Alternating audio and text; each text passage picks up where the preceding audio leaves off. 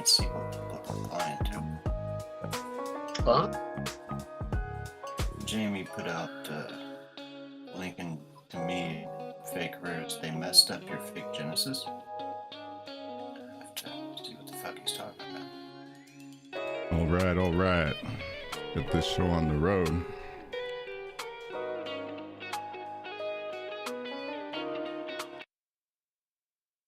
Good morning, good afternoon, or good evening, wherever you're joining us from around the world. Welcome to Web3 Warriors, episode 38, featuring Kane Mayfield and Porkchop. How's it going, Kane, Porkchop? How y'all doing today? Kane's gonna get an I Arrive swag. Hello. I'm gonna get what? Episode 38, featuring Kane Mayfield and Porkchop. Apologies, think my mic was muted there. How you doing this morning, Kane, Porkchop? Another day in paradise. Very good. Just having Very a good. real hoot. Real good. Yeah, we had to start out some AV here. But welcome to episode 38 of Web3 Warriors. I am David Karoma, your host. I go by Chrome in the Metaverse, and I'm really excited for our episode today. We're going to be looking at Bitcoin NFTs. Some people don't even know that's a thing, so we're going to learn a few things today. I have a lot to learn about Bitcoin NFTs as well, so I'm looking forward to the conversation. And Kane Mayfield and Porkchop, I think, are the best people we can have for this conversation, at least in my sphere. I'm sure there are others as well who could give us some more insight. But before we throw to Kane and Porkchop, I'm just going to give a little bit of intro on my thoughts around, basically different blockchains having, different utilities, different communities related to them. And personally, I'm much more aware of the communities on Ethereum, Solana, and Tezos. They're very somewhat different. I really love the art over on Tezos. I think that especially last year when the Ethereum gas prices were astronomical, Tezos was a really awesome opportunity for people who just could not afford to really play in Ethereum. And Solana wasn't even around at that time really when things were really blowing up. So I picked up a lot of art at that point, and I've continued to collect Tezos art because it's just really cool and it's a nice way to support artists. A lot of them are out of Brazil or India, places where, again, maybe the currency exchange helps them as well, and the gas fees, avoiding gas fees is really good. Looking at Solana, I think that there's a lot of interesting opportunities there, but a lot of criticism around, how decentralized and immutable ultimately their NFTs are really going to be, and that blockchain, but I think if it survives, it's likely on a similar trajectory to Ethereum, would be my perspective. And we haven't talked to too many creators on the Solana blockchain yet either, but we'll be getting more of those in here as well. But I'm definitely more partial to Ethereum. It's where I've been collecting most of my NFTs, and where I think the metaverse conversation has also been really taking off, So for that reason, I've been looking at those three, and I've been a little bit out of the loop on Bitcoin, to be honest. Basically, my understanding of how it works, there is a marketplace called Counterparty, and there are different NFTs. I think the Pepes that a lot of people are familiar with, fake rares, Pepes have been blowing up, especially on Bitcoin, although they are on Ethereum and other blockchains as well. But that seems to be kind of where the culture's at, in Bitcoin, and maybe part of the reason why I'm a little bit out of the loop. So I'm hoping to learn a lot. Hopefully the listeners here will gain a lot from what we're discussing. And without any further ado, maybe before we get into the specific Bitcoin NFTs that Kane and Porkchop have created, maybe we'll get a little bit of background on, what brings them to Web3, what brings them to the blockchain, and then we'll look specifically at some of the amazing NFT art that they've built actually and minted on the Bitcoin blockchain. So Kane, I know that you come from an artist background. You're a awesome rapper, NYC rapper. You've got your experience out, basically being a creative in the real world, putting on shows, all that fun stuff. And how is that kind of translated now into Web3 and NFTs? And maybe you could give us a little bit of background, how did you get to Web3 and the blockchain? Well, welcome. Just for geographical clarity, thank you, by the way. Just for DM friends, salutations, and all the things. Yeah. What up? For geographical clarity, my music career started in Baltimore. Oh, Baltimore. Nice. All right. I was signed to a Baltimore record label. I was trained by a dude from Murphy Homes. I'm as much a Baltimore MC as I am anything else. So, I did that since what, '08. We were a label, and we put out a bunch of projects. In fact, a lot of the music that I've been minting comes from that time. Welcome to the Audience was Reaganomics. Handprints was my album, Return of Rap. Legendary Ancestors was from the Rhymes by Kane Thievery Corporation edition, and just a lot of that stuff. So my music career was, I lovingly refer to myself as a failed struggle rapper. Failed struggle rapper. My friends chuckle at that. There's no failing, right? You just struggle forward. That's the difference, right? My rap people, they understand what I'm saying. It's not self-deprecating. It's really hard to be a struggle rapper. The world I come from it's different rules, and especially the section of it that I resided in, honesty of your circumstances. It's wrong to do anything other than that. Like, fronting is just corny. So to pretend that I was bigger than I was, or more popping or anything like that, it's just not in my DNA. And it's hard to do what I did. My career is as real as it can, is as obscure as it can get, but still being real, or as prominent as it can get, for the imaginary people. It's like I'm right on the cusp, but there's probably somewhere around 3,000 to 5,000 people like me, where we're right there. And some of us pop, and then about us on more of a national scale, and some of us fade off. And it was starting to go in 2014, 15, and that's when I lost both my parents. I didn't want to rap really no more, and my album was still being made. But I finished my album, put it out. We did some back-to-back. In fact, that logo in the back, that's the painting I showed you guys earlier with all the signatures on it from my last show. And it was really dope, and I was really proud of it, and I still am. The blockchain stuff happened in the fall to winter of 2020, and how I got in isn't how most people probably going to get in. I was onboarded by OG Rare Skrilla, who I'd known as DJ J Skrilla from Interloop Records from DC. Me and him been on tour together. We had a lot of fun. Nice guy, did records together. And I'm not a do records person. Like, I'm a difficult person to get on a song sometimes, because I don't like stuff, and I'm picky and choosy, and one person made all my beats. So I really love Skrilla's production. So to do records with him was really fun, because I loved his production. So when he was telling me about, it was maybe 8-9 months before or something like that, maybe even a year before, I went looking for a song we did together that was on SoundCloud called the On the Reels remix with XO and K Beta.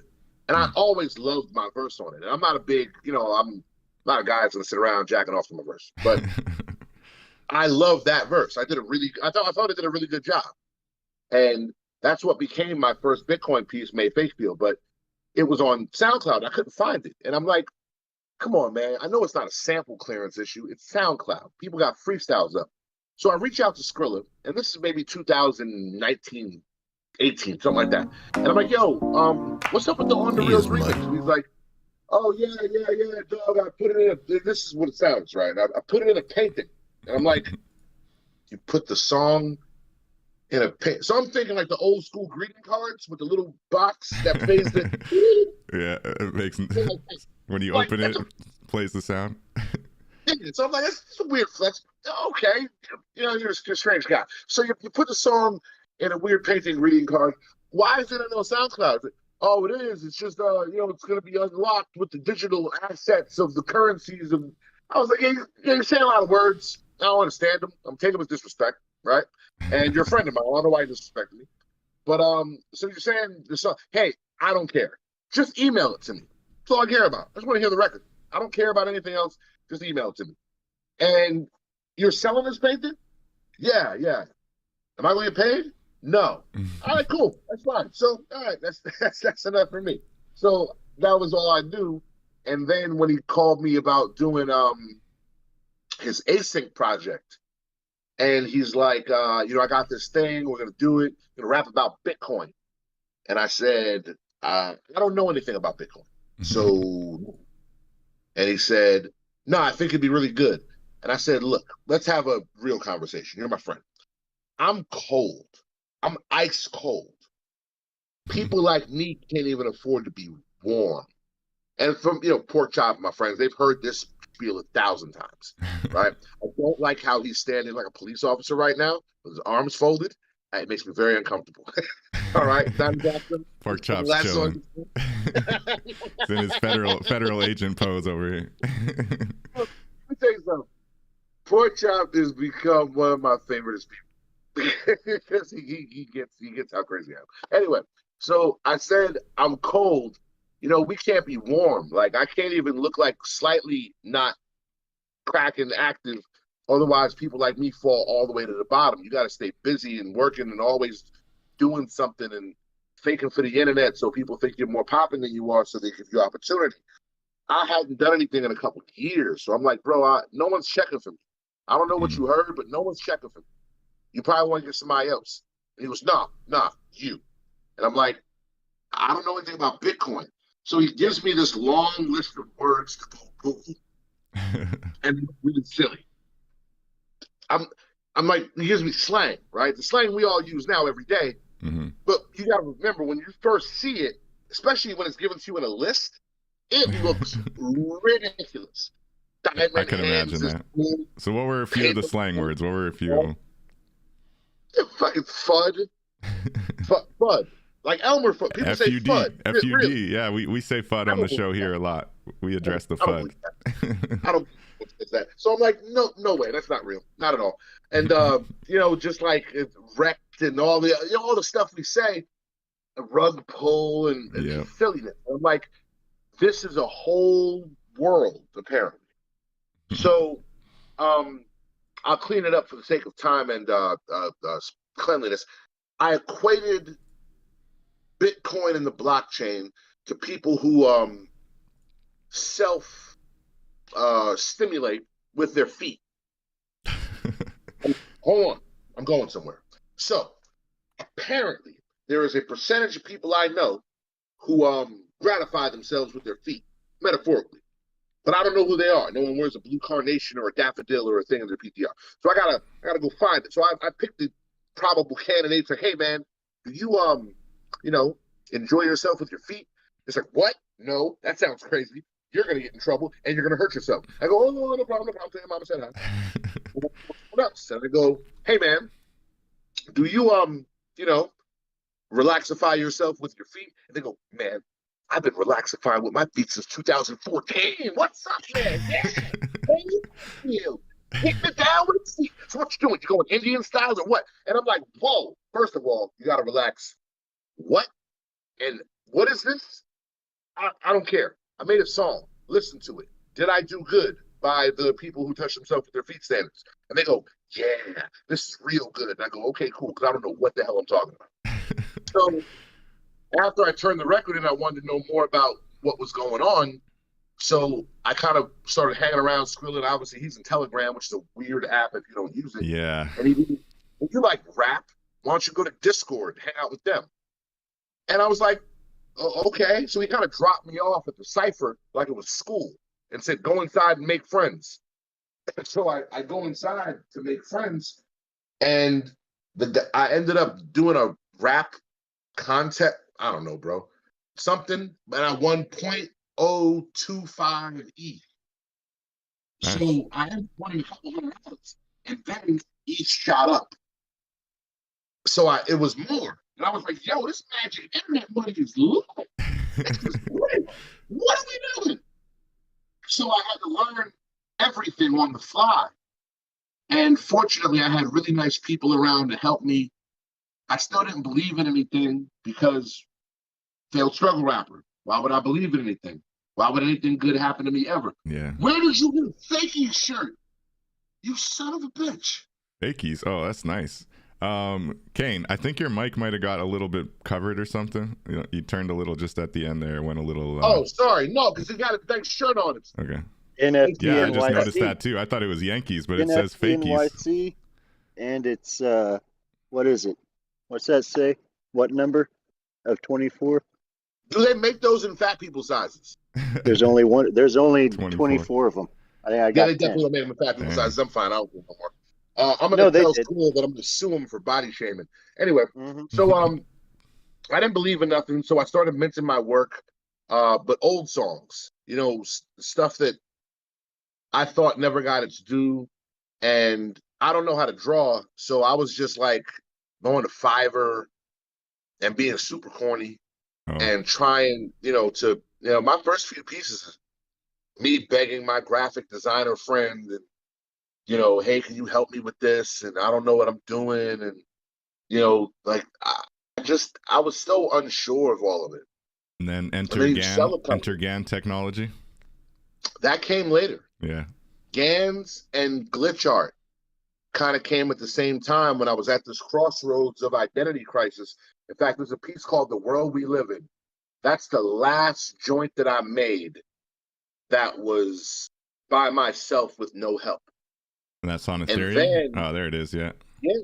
Yeah. And then I started That's nice, actually, with the fist floating there. That's cool. a little bit of Fiverr. So A little bit of Fiverr, eh? a Not little all bit of Kane. Fiverr. I had to put the video behind the logo. That's what I wanted. I wanted the video behind the logo. I got you. And everything else is crappy, window, cheesy. I put a lot of lightning back then. It was a lot of lightning. 0.5 smoke. ETH though. Not playing around. Oh, now. Yeah, now it is. Yeah, now. Yeah, now I'm fancy. Now Yeah, that that's piece it. is simple. Now it's like one Not of the simple, originals. Like important. 2021 original. All right, well, we'll dive into a little bit more of your NFTs. And GAN, again, it's General Adversarial Network, right? It's a generative Generative. adversarial neural network. Neural GAN Right. together. And just to be clear, what a GAN is two computers, right? One Right. draws, the other critiques. So imagine me and Porkchop are those computers. If you say, I want a bird with wings made of fire flying over Brooklyn, Porkchop says, dude, I can draw that. And I go, word? Let me see it. So he'll draw it and he'll show it to me. And I'll go, nah, it's bullshit. Do it again. Don't show that to him. He'll think we're idiots. So he'll draw it again and he'll show it to me. And I'll go, nah, still Trinidad Ash. You can do better than that. So he'll draw it again. He'll show it to me and I'll go, yeah, that's fine. Show it to him. That's one. All this happens in a millisecond, but that's one. And it'll make as many of those as you want. So my work is sometimes comprised of, tens or hundreds or of thousands of these. And then the last one was clearly in the seven figures. I didn't stop the count, but it was certainly in seven figures. And that's the Reaganomics one? Yeah. Yeah, this one's looking epic. You got Bernie Madoff in there. You got all kinds of politicians and crooks and lots of messaging going on in that one for sure. Yeah, so yeah, GAN technology for what you're just describing, right? People who maybe aren't in the graphic designing kind of space, but you've got other kind of content, audio content maybe, and you want to add that visual. AI is coming through with a solution for that, and not having to contract people on Fiverr and be able to just kind of plug away. It's still time consuming though, and it's still a skill. It's not automatic. Chizo and Robness. Without Chizo and Robness, which those two, they kind of came through for me within a span of a very short amount of time. I don't even know if I'd still be here. Robness gave me Photomosh. He didn't give it to me, but he told me about it. That's, Right. That's big. And I learned how to glitch, and I was so enamored with glitching, and then I went a little glitch crazy, and I had a lot of fun. And then I still need a base picture though. And then Chizo showed me how to do GANs, and that's why my first GAN is called Nightmare Chizo. Nice. To pay respect to him, and I gave him one for free, and it was really, really fun. But yeah, man, that's the world that I live in now. It's just glitch GANs, and I was trying to ask Robness and Chizo and Skrilla, there got to be a better name for what I do. The glitch GAN one just doesn't have the same. I think you get to create the name. I don't know how many people are doing what you're doing. You You just got to set the trends. We set the trends. That's what's up. All right, let me jump over to Porkchop quick, and then we'll keep diving into these different NFTs and different stuff we're building. Porkchop, I'd love to get a little bit of your background. What brought you to Bitcoin and NFTs and Web3 more broadly. I feel like you had a little bit of the history in the Bitcoin from pre-NFT time, right? What's your background? What brings you into Web3 and Bitcoin NFTs, man? How's it going? Well, it's going good. How are you? Good. So yeah, I guess basically, crypto, I've, heard of it since around 2009, and, been listening, paying attention. And then my brother's an artist, and he said, you need to do this. And I kind of, he busted my balls about it. I busted his back a few times, and it went on for about 2 or 3 months. And then I came over and hung out with him in Clubhouse for a little bit with some friends. And I started to, be in the telegrams and get involved. And yeah, it just kind of led on from there. A couple of our friends were, Bitcoin maxi people or whatever you want to call them. And they, talk shit. Maybe one of them would talk shit or something on JPEGs or NFTs or something like that. I'm a photographer as a background, fashion and portrait photographer. And nice. I didn't know that. Yeah. So I kind of looked at that, in an offensive manner, because as a photographer, I've been selling JPEGs since 2002. Right. So, that didn't make any sense to me. And then the market started to tank. Everything started to go down. And all of a sudden, this dude went and jumped to like the first NFT that was a DeFi NFT. It was a chicken farm on Avalanche. And I was like, oh, this is some funny shit. NFTs are dumb and JPEGs are stupid, but you're going to run to the fucking chicken. It costs like 2 racks. So you can feed it some grain and you can make it lay eggs, and then you can put those eggs on Avalanche and stake it, and then you can take your earnings and put it into Time Wonderland. Right? And I was like, all right. And I just kind of sat back and laughed. That's I was the like, real D-Gen-ish right there. And I was like, all right, I'm gonna fucking troll you motherfuckers. So I grabbed a couple chickens from the chicken farm and I cut them up and I made a body out of a nugget of weed and put a spliff in Pepe's mouth and turned him into a Bitcoin maxi chicken and put him on an Avalanche coin. It's called Dank Cock Pepe, and it's a dank rare. You have that linked in your Twitter? Yeah, it's a part of, if you click on that link on Twitter where it says dankset.io by Porkchop, yeah, it'll pull up the mints I've done.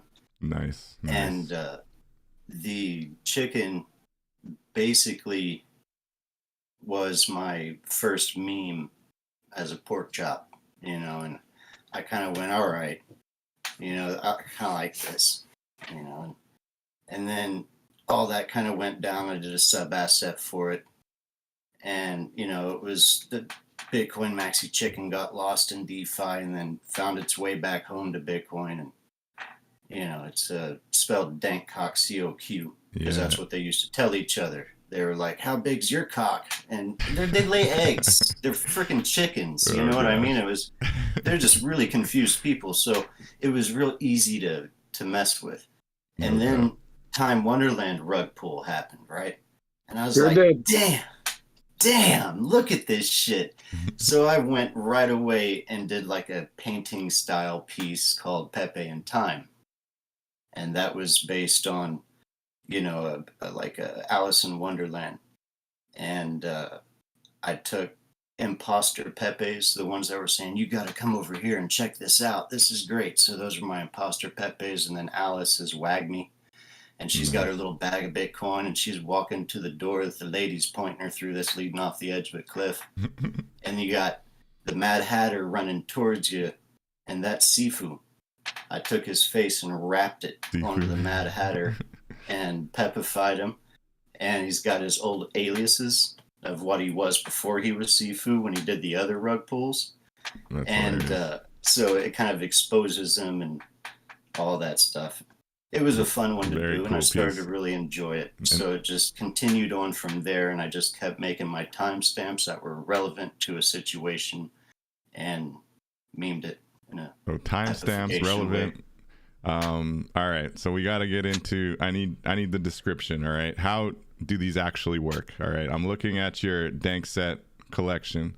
Very cool. The animations on these are fire, especially that Pepe in Time. I like the animated one with the like stars falling from the sky and creating fire in the back. That's next level, man. Yeah. Really, really cool artwork. But so it sounds like you're trying to make them kind of timely. I see this one. So the first one you did was January 2022. Very cool. Yeah. So why Bitcoin, first of all? And then I want to get like the actual mechanics of how Bitcoin NFTs work compared to kind of Ethereum, Solana, and Tezos, which are all kind of smart contract, fairly straightforward functionality, right? But yeah, why did you decide to go with Bitcoin for these? Well, it's kind of like Kane. It's where I was dropped off. And when I got in there, the community and the way that I don't even want to say adolescent behavior, but the way that the way that it's done in the Telegram and violence first when people come in trying to screw around, that kind of attitude set really well with me, and I started to really enjoy the people, and I enjoyed the process. And as a photographer, you have an idea, you have to go accomplish it visually and make it something physical you can look at. And that's kind of the same thing with Bitcoin for me is, you base your idea off your foundation, which is your timestamp for that relevant moment. Right. And then you go to the blockchain with your spray paint can and you tag that and you put your art on it, and no one will ever tag over it. It ain't going nowhere. And it's a relevant timestamp that makes sense. Then it fits better. And then you put all the little Easter eggs and the Pepe bits and the Bitcoin and everything that happens within the crypto arena, and you have crypto art, not NFTs, because NFTs were created on a 721 token connected to a customizable smart contract. We don't have that over on Bitcoin. Right. So Our even though smart I'm calling contract them is counterparty. Even though I'm calling them Bitcoin NFTs, they're not technically non-fungible tokens in the traditional sense. So you're saying Skrilla crypto says art, they're SFTs, semi-fungible tokens. semi-fungible. Really? Okay. So Yeah. what are the mechanics behind it? How do these Bitcoin tokens, crypto art, work on the blockchain? What's the connection? Well, like Bitcoin layer 1, counterparty is a smart contract that is layered on top of counterparty, timed with the blocks. XCP is the token for counterparty, which is backed by Bitcoin, and it's deflationary. You burn a half an XCP to create a token. That token is minted onto the block. Then you have your artwork, and you store that on Arweave and connect it to your token with a JSON. That is the basic manner of the process. Nice. So getting it from XCP or from Cross-Party, which I always get confused because their website is xchain.io, but it's called Counterparty, right? So check it out. Bitcoin Counterparty is layer on top. That's a smart contract. Yeah. Xchain is the ledger. So it shows you all the transactions that went through the block. It's a layer 1. Yeah. And that's the part about it that makes it good. So if you asked me last year or like earlier this year, like before I did it, I would say that, there's no smart contracts on Bitcoin. Mm-hmm. But technically speaking, there's one smart contract on Counterparty. Everyone's using the same one. So that's why certain things like royalties, there's no royalties on Counterparty. There was never royalties on Counterparty. Right. They predate the concept. That came along later with super rare. Right. So that's why you'll notice a lot of the older guys who they come from Counterparty. They don't, the royalty is the artist hodling some of the original pieces so they can sell later at a higher market value. And that's the logic behind it. But the best way that I look at it is we're all running around the 5 boroughs, right? I'm a New York person, so everything's New York. ETH and TED and Solana, all these different ones, right? We're Cardano, we're running around all the Polygon, we're doing all these different chains. So 5 boroughs, we're in the city. Counterparties like Albany. When you want to get your license done or you want to do something with your records, where do you got to mail it to? Albany. You can't love apples and hate apple trees. Everything comes from Bitcoin. Most of the things we think about, art and trading and a lot of that stuff, those are passed down from Counterparty. Now they've changed quite a bit, but still Counterparty was the governing culture. So that's how long has Counterparty been around for then? 2014. 2014. Right? Dang. Yeah. And so it was a crypto art concept. So clarifying, Counterparty essentially runs their own platform with their own layer 1, but it's tiered and pegged to Bitcoin. Right? Okay. And so when you're purchasing, you destroy a Bitcoin to create XEP. You had to destroy 2100, I believe, is the number of Bitcoin that was destroyed at the time to create XCP.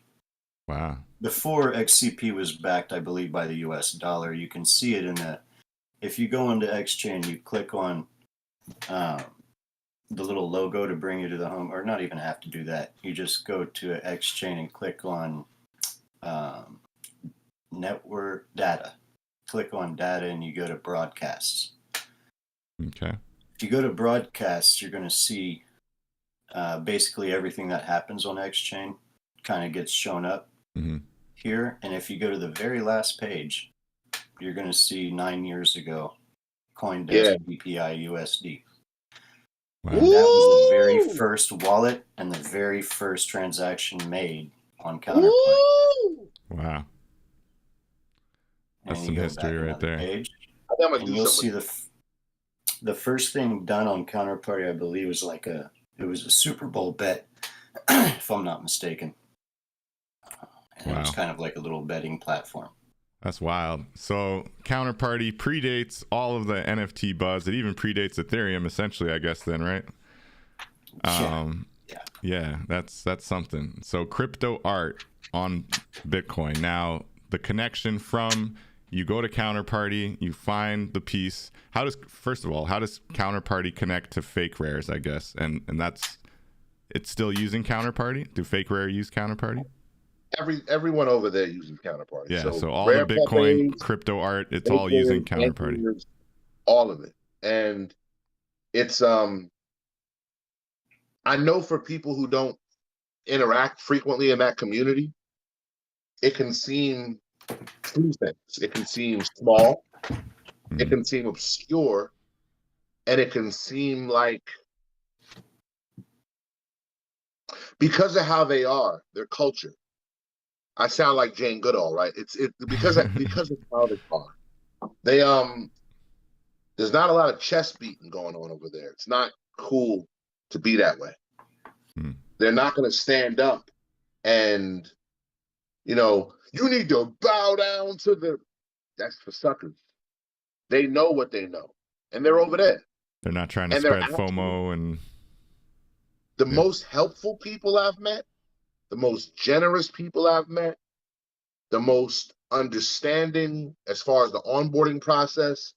And I'll give you a good example. When I did my first dispenser, or I tried to do my first exchange or something like that, I messed it up. I did it wrong. I chose the wrong the wrong FAF token.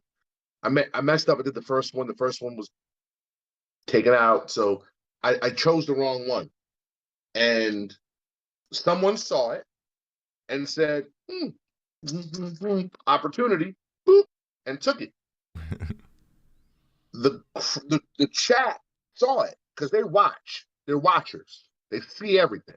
Right. There's no, you're not sneaking up on nobody over there. No one's dumb. Like that, the paywall, the intellectual paywall over there is higher because there's more steps you have to go through to create, to move around and navigate. So no one's dumb. There's no dumb people over there. There's no stupid. We're all idiots sometimes, but there's no stupid people over there at all. And they said, hey, yo, I know that was your wallet, right? Yeah, I just did. Yeah, come on, man. You know he doesn't know what he's doing. Kane's new. Whoa, I mean, and they wrecked him in the chat. I don't know nothing about this. I wasn't even there. I'm not even looking. I don't even check Telegram once a week at that point. Yeah. And then I talked to Skrilla, he's like, hey, man, you ever get your wallet straightened out? Straighten what out? Yeah, it's a whole thing in the chat, man. Go log on, check your DMs. I go check my DMs, like 5 DMs. Like, yo, man, you good? You straight? You okay? You mean to do that? Da-da-da-da. That guy's going to return your assets to you. Just give him his crypto back. And that's what happened. Son gave me back my joint. I gave him back his crypto. I threw him a little something extra as a tip. But nowhere else can I really definitively say that A, people are watching, B, people are holding you accountable, because your morale, your standing is everything. And we don't like to use words like social credit. It sounds like communist China or whatever, but your rep matters. Who you are matters. Who people perceive you as matters. And remember, a lot of stuff over there is like trading. Those guys have been doing this before there was money. Before anyone was getting rich doing any of this stuff, they were doing it for the kecks, right? For the lows, for the memes. So before money, there was a code of honor among faith, among the Pepe community. Right. And whether it was Pepe or just Bitcoin, there was just, come on, man, stop. Before the ICOs, they were there. Like think about the concept of the ICO era. Before the crazy shitcoin era. It's wild. Before everything. Yeah.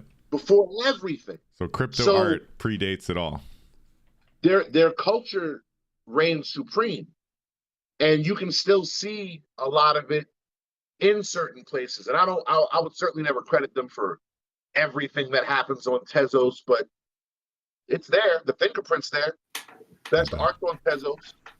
No one over at Tezos is worried about royalties, because if you clip the artist for their royalties, they would lynch you in the street on Tezos. Yeah. That's just the way it is. That's why I was on Tezos. Yeah. No, I love the Tezos community. Where do I go? He's like, he does ETH. He's a super rare guy. He's a few other big curated platforms.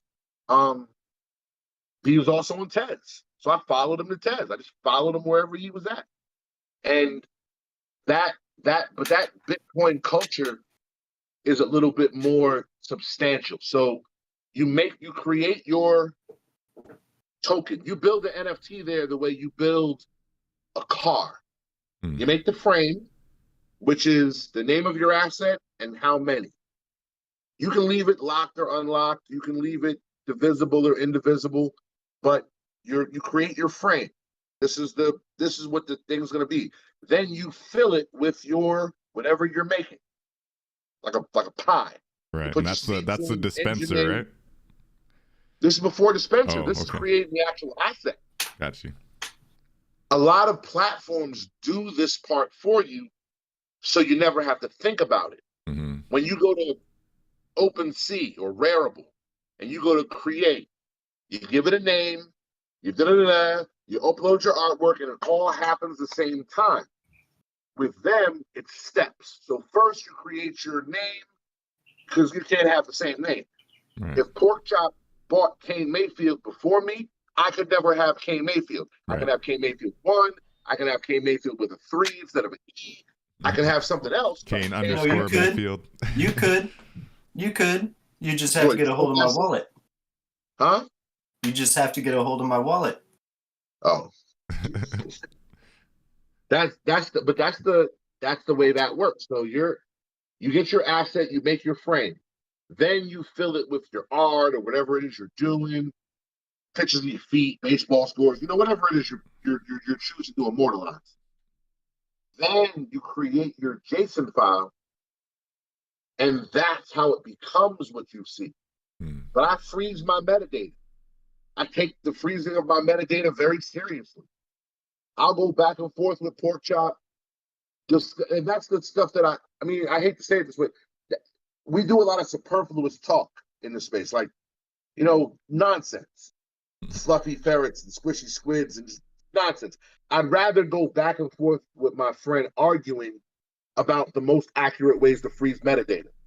When he's like, you used to use Imager, right? What was it? And CoinDaddy, yeah. Yeah, and CoinDaddy. But CoinDaddy was the mechanism. But Imager, and I call it Imager because it just sounds better. I use Arweave. I always use Arweave. Like when Rad showed me, it was using CoinDaddy and Arweave. So I would go to Arweave, spend my R drive tokens, upload my stuff, get my links, put those into CoinDaddy. I built my asset, but I know it's built right. There's no AWS with anything over there. Everything is done right. So if it all goes down tomorrow, and that's why sometimes I get questioned, because I mint everywhere. I mint on Near, I mint on Tez, I mint on ETH, I mint a lot of places. And they go, well, why'd you put it on Bitcoin? And I take it as a compliment. They like the art, and I put it in a difficult place for them to easily access. And I say, well, listen, some of the stuff we're using is Google. Cool. Some of the stuff we're using is Ask Jeeves. I'm not smart enough to differentiate. So since I don't know, I know that'll still be here because there's a way better chance of OpenSea failing than Arweave failing. And that may sound crazy, but you got to think about it. OpenSea is just they make their money through the platform. Arweave is data. No matter what you're doing, where you use, a lot of people use Arweave. Same as Pinata, same as IPFS. Right. So that has a higher probability of staying power than a platform or even a blockchain. And so what about Counterparty as a platform? Is there a risk where if for some reason, even though Counterparty, I guess, has been around longer than OpenSea, it doesn't look like it's going anywhere, but theoretically, if Counterparty were to fold or something, would that crush the liquidity of the Bitcoin crypto art market? I will say it this way, and I don't think anyone would be mad at me saying it this way. I'll say, on one hand, right, you got people over here who are my friends, and I like them. They were onboarded semi-recently, which for me is the last 2-3 years. You were onboarded then, or earlier, or later rather, which like nowadays you got people on Twitter Spaces that are experts who were onboarded 3 months ago by a guy who was onboarded 5 months ago, by a guy who was onboarded 6 months ago. Like your big homie still don't know what the hell he's talking about. Yeah. But anyway, whatever. Point is, you got those people who are onboarded for the purpose, and let's just call a spade, not a ground tilling implement. You're onboarded for money. You're here to make money. You're here for the ching-cha-ching. You're here for number go up. You're for the bag. In lieu of number go up, would you still do this? And the answer for most people, when you weed through the meandering around the barn, is no. I certainly wouldn't do it as extensively. This becomes a every other weekend hobby at best for most people. Well, I got these guys over here who were doing this before the money, right? Who are doing this anyway, who would do this anyway. Fake Rare ain't a company. Fake Rare don't make money. Hold on, let me be clear. Fake Rare has generated millions of dollars. That don't go to Skrilla. That don't go to Annie. That don't go to none of them. They don't make money. They're not a business. They're a bromanship. I don't even know what to call it. They're a collective. They're a community. No doubt. And it transcends number go up. You can't say, well, would they do it for free? They're doing it for free. They would continue to do it. And don't get me wrong, I'm sure spirits would be down, a lot more profanity in the chat, but it would still be going because Counterparty was around before any of that. And remember, these are Bitcoin people amusing themselves in their spare time. No doubt. Now, it got more serious, and there's more seriousness in some of the art. You go back on Counterparty 5, 6 years, 7 years, some of the art's cool, but you look at somebody like Pepinardo, I'm a sham compared to what he makes. No doubt. You look at some of the stuff that these people make, it's incredible is an understatement. Really amazingly detailed. The memetics are off the charts and references, the inside jokes, and like it's lyrical. They do with pictures what good rappers do with lyrics. So what if we were to say Bitcoiners do it for the memes and Ethereum does it for the moon? Would that be accurate? No. Everyone, no one here, I don't think anyone's allergic to money. Right. I'm also blockchain agnostic, platform agnostic, quite to the chagrin of everyone whose community I'm in. Right. Near people want me to be neared up. Tezos people want me to be not only Tez, but they want me to be a Tez person. But I'm an everywhere person. Banging that Tez drum. I like ETH. ETH has cool toys. When I want to do fun stuff, token gate this, do all the behind the back Rucker Park stuff, ETH. It's what it is. When I'm doing something that I think is super prominent, or maybe super prominent, or I'm doing a fake rare, or I'm doing something like that, like handprints. Right. Handprints ain't a fake, but handprints is Counterparty. Because I knew what I had, and I said I want this to be great. But I can also move blockchain to blockchain, so it doesn't matter where it starts. It matters, not where you're from, it's where you at. No doubt. What do you think, Porkchop, as far as that difference? That's kind of the point of Counterparty, is you got these smart contracts and stuff like that that's going on in Ethereum, but like you said, reputation is everything. Everyone knows each other. We're all over here doing it for the fun. Reality is that's what it is, and that's what it's always been, and it's always been winter over here. So it's not something no one's used to, and when you look at the drop off of how many things have fallen off OpenSea and there's less people and all the drop in their revenue. Yeah. We're still doing the same thing. It's down a little bit from the bull, but it's still doing the thing. People still collect, people still like it for what it is, for its purpose. And the fun of it is what it is. And you are the smart contract. What you say in the description of your piece, if you say you're going to do this or you're going to do that, God damn it, you better fucking do it. No doubt. Because people are going to be asking. Yeah. So it's, and Ethereum, they have the toys, they have all the stuff, and a contract does it for you. But you can just P2P it to someone else and kind of avoid a contract, any sort of negotiation in it. Yeah. It gets dirtier. There's less love there. And I would add one thing. There's one factual correction for the flyer of today's program. I can't speak for my good buddy here because I still call him to help me with shit, but I am not an expert. Okay. I am the ultimate end user, which means I make liberal use of whatever technology is on the ground, but I make mistakes all the time. If you look at Reaganomics, it says total that exist are 81. And then you look at destructions, how many have been destroyed? That's also 81. Because when I was trying to lock the collection from my phone, I accidentally created another 81. Oh, wow. So I had to destroy them, which is better than burn, by the way. Right. Yeah. Fascinating.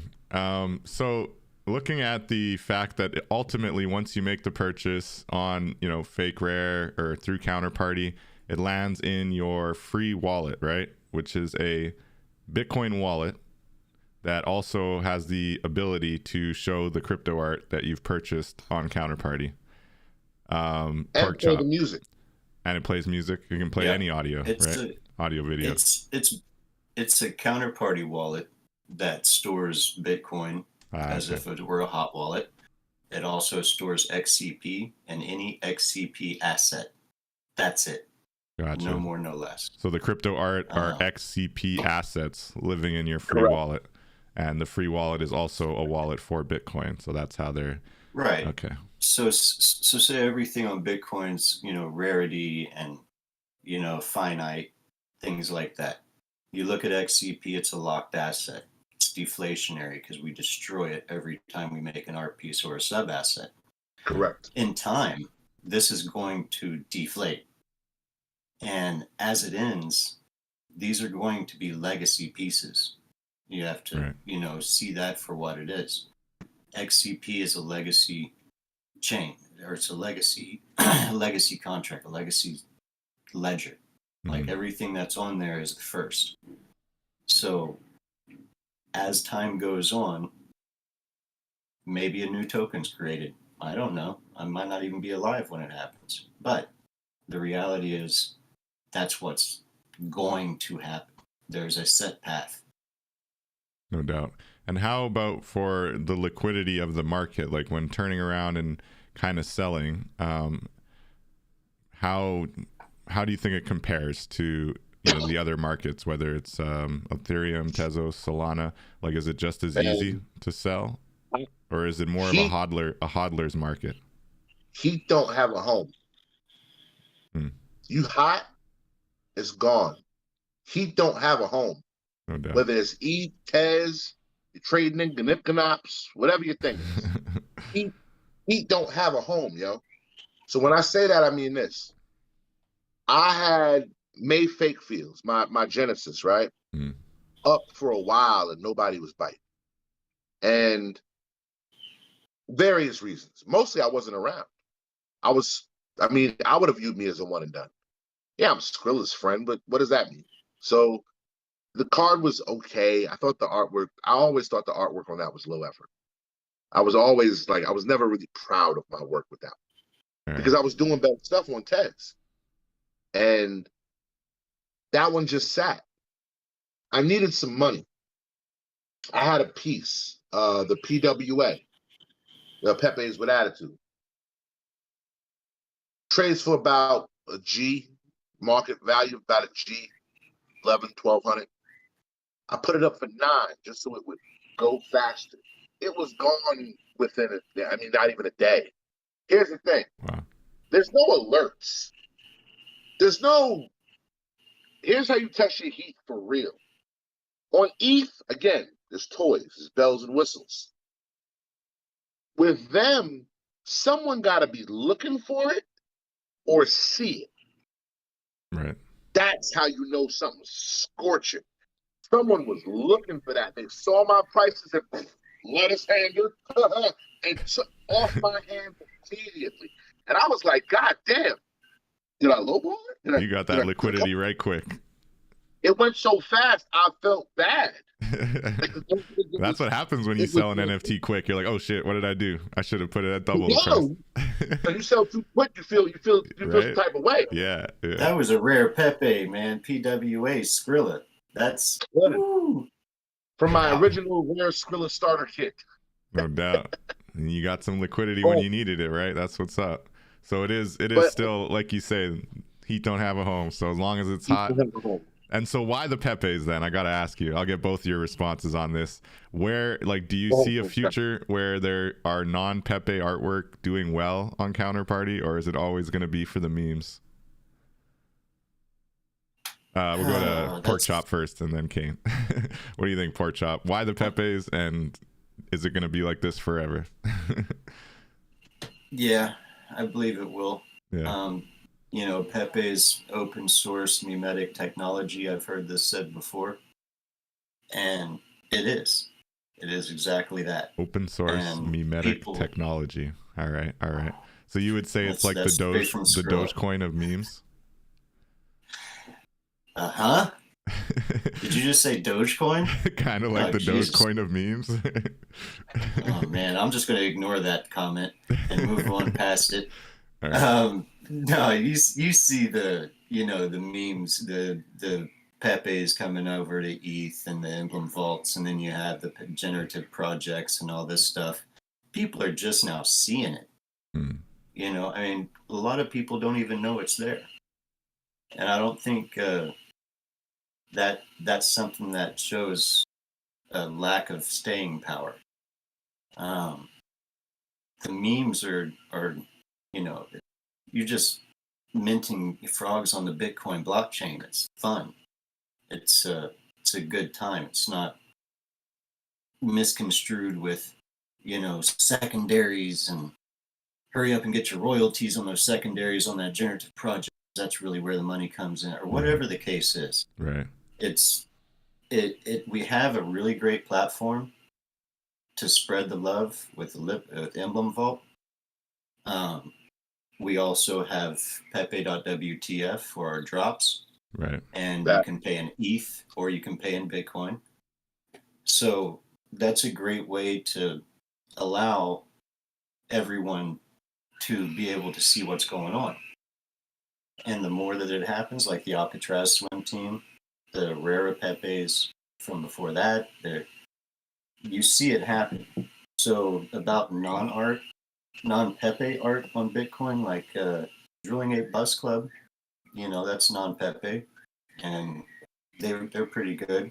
The Wojak Way, that's a bunch of all the same artists that do fake rares and everything else. We're all the same artists. We're just jumping around from, you got Back of Card, which is Pepe oriented, but it's Pepe Nardo's new little series he did. Okay. Which is really cool, and it's just showing the back of a card because no one's ever really seen one, except for She-Wolf's. No. Yeah. She-Wolf was really the first person that had a back of a card on her tarot cards. And is that a scenario where it's an actual separate NFT to be the back of the card, or is it you can actually flip it over on the same art piece? No, it's kind of it's interestingly formulated project. So you have like originals or something like that, and then you have rares. So the OG ones basically. So if you're going to try to mimic like rare Pepe, you have to burn extra fake as fuck tokens.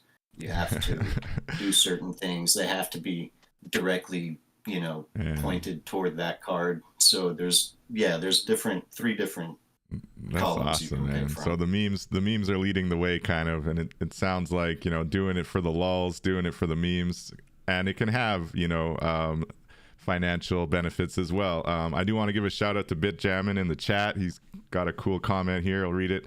He's saying that he saw some of the rare Pepe cards in Web 2. So before he had really jumped into blockchain and experienced Web 3. But when he came to counterparty scene, it was like meeting rock stars, and they were cool to talk to and down to earth. So there you go. It shows that there were people that were looking at the kind of meme culture before even thinking about it from a Bitcoin perspective, right? The first big marketplace these things were traded in, and I like to use the word first, but I'll say one of the first that I know about. eBay. Real cards were being traded on eBay. Wow. That's how predates blockchain for this so project. That would just be with like Reddit, essentially? Like Reddit kind of drove that? Like what else would drive that demand? 4chan. I mean, 4chan and Reddit. Right. 4chan, yeah, of course. Outside of the deep dark 4chan. Places. Well, there's another one that I want to say Robness and Skrilla met on. I forget the name of it. Shit. I'll tell you right now. Underground. The funny thing about having me and him, and we'll go back and forth on like Clubhouse or Telegram, Twitter, wherever we're at, because it's all one big thing and it's the same people. And he'll say, "It comes over the counterparty." I say, "Man, stop Pied Pipering these people over there."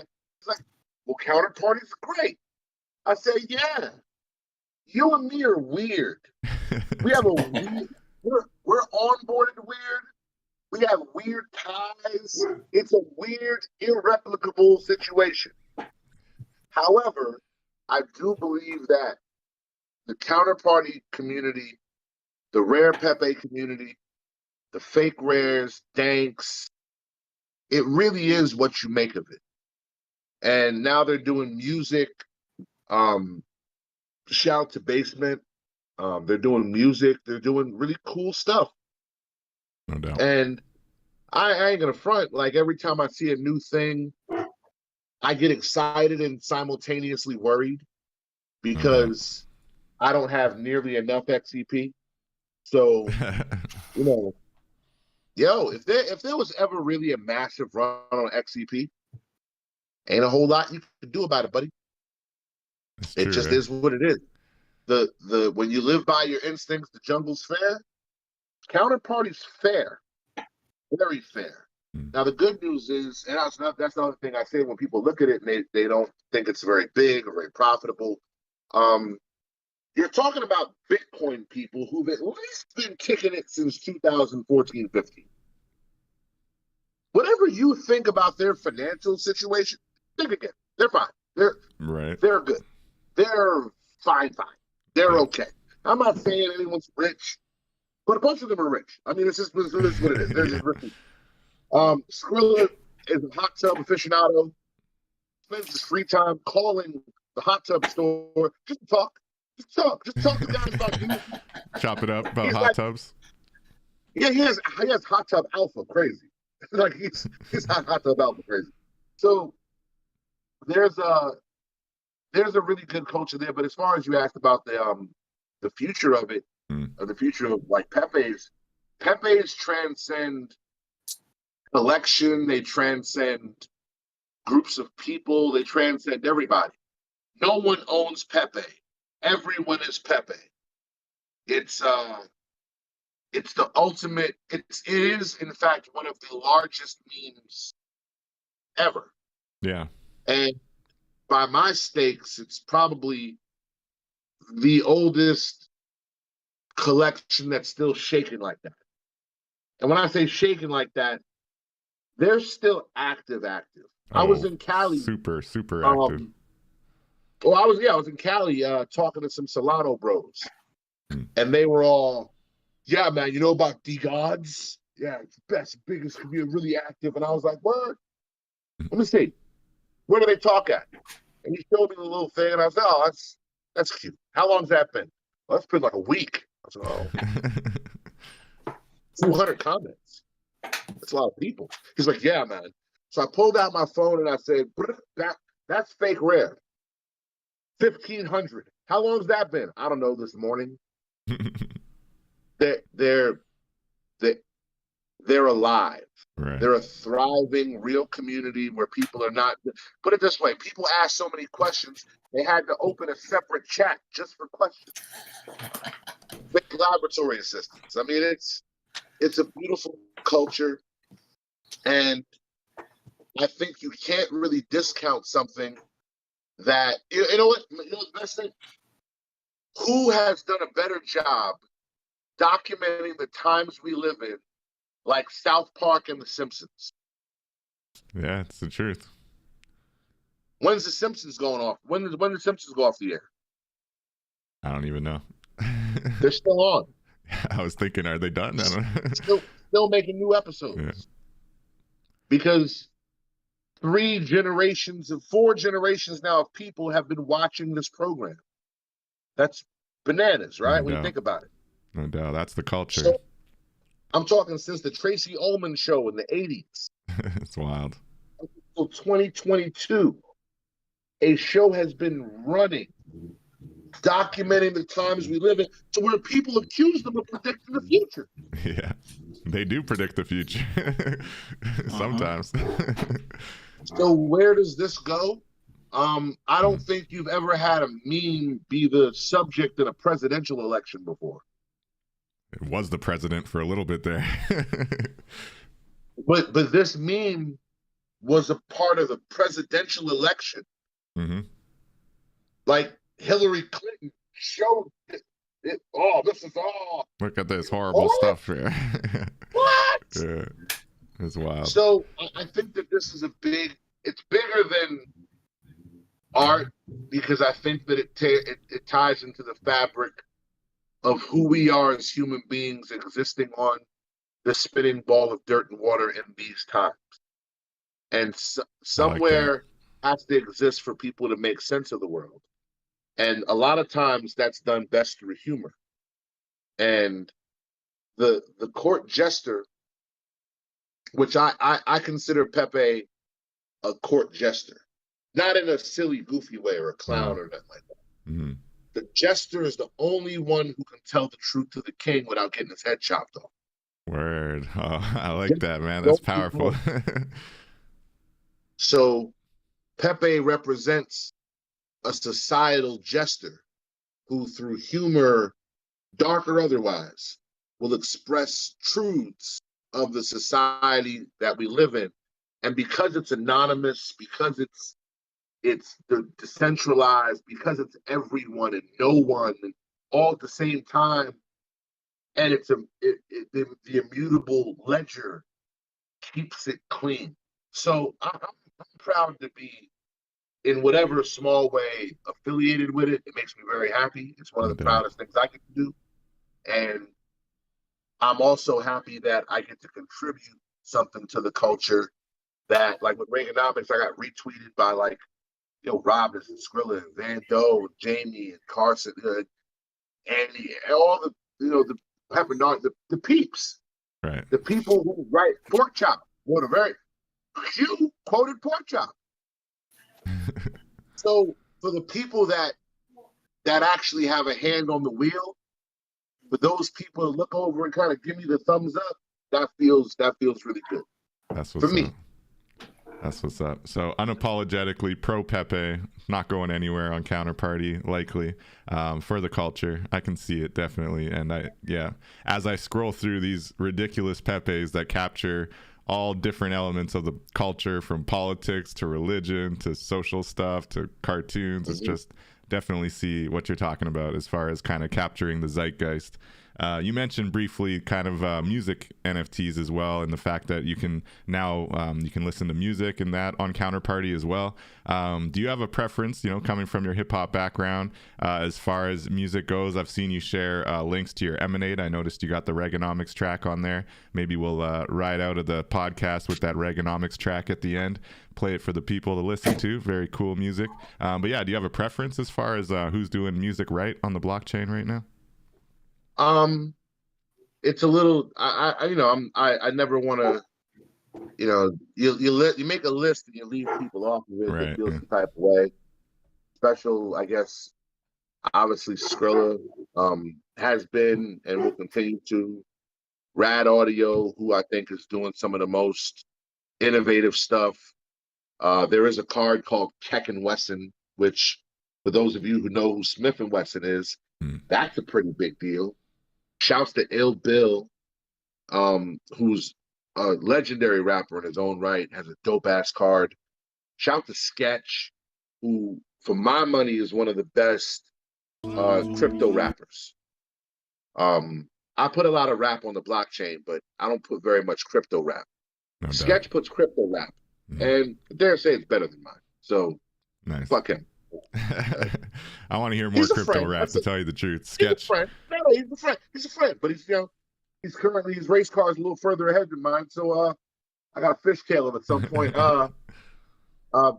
Beta's out there with some good stuff, and there are some really dope MCs who are doing some cool stuff. Low, Sleazy, and I did some records together recently. Yeah, those were dope. DJ when are they coming out though? They're still yet to be released, aren't they? Well, you're gonna mint that. Remember, I'm someone who, by the time you hear the record, they're a couple years old. I don't think I'll wait that long. Right. But just know I'm prepared to wait that long.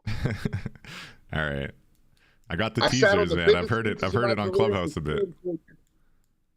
But I sat on the biggest features of my career for 3 or 4 years. I'm not in a rush. Okay. Also, everything has to be done properly, because it's not just the music. Music, NFTs, or MFT, whatever you call them. I don't, nomenclature is silly to me. They have to, it's not the music, it's not the art, both.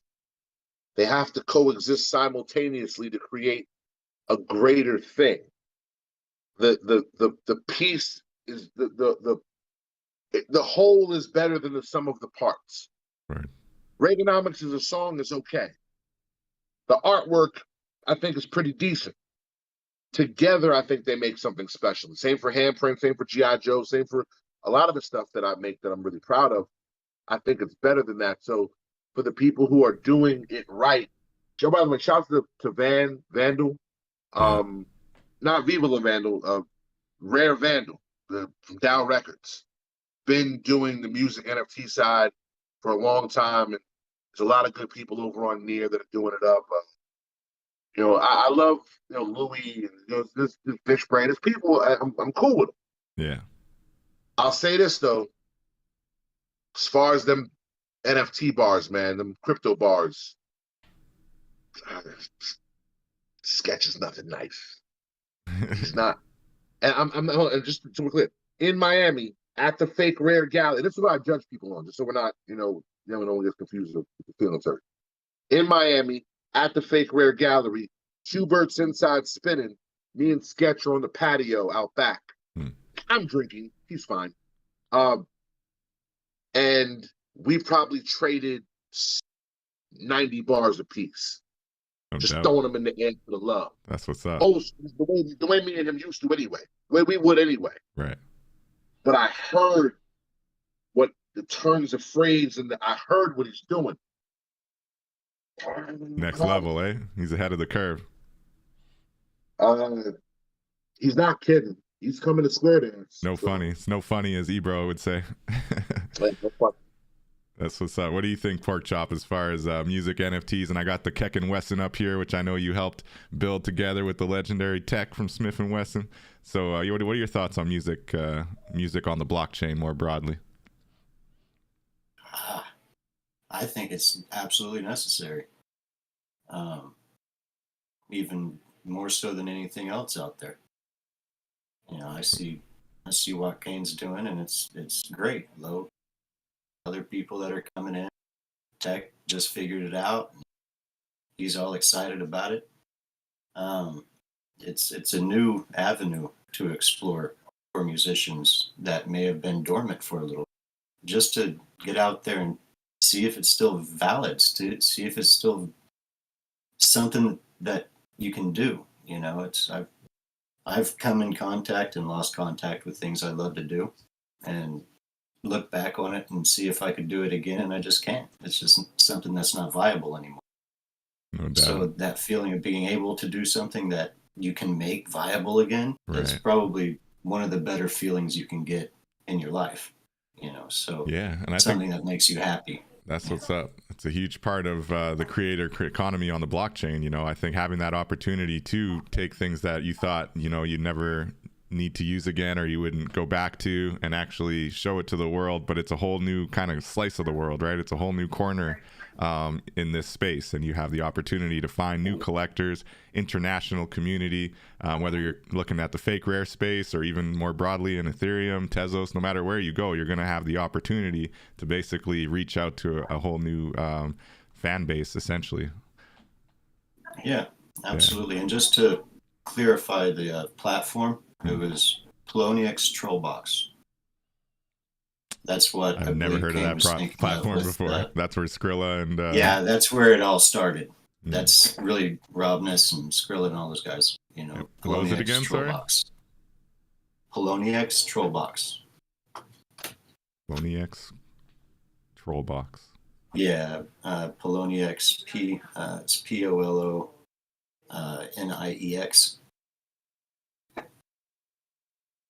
Awesome. I had never heard of that platform before. So there we go. We're getting some real underground underground history, I should say.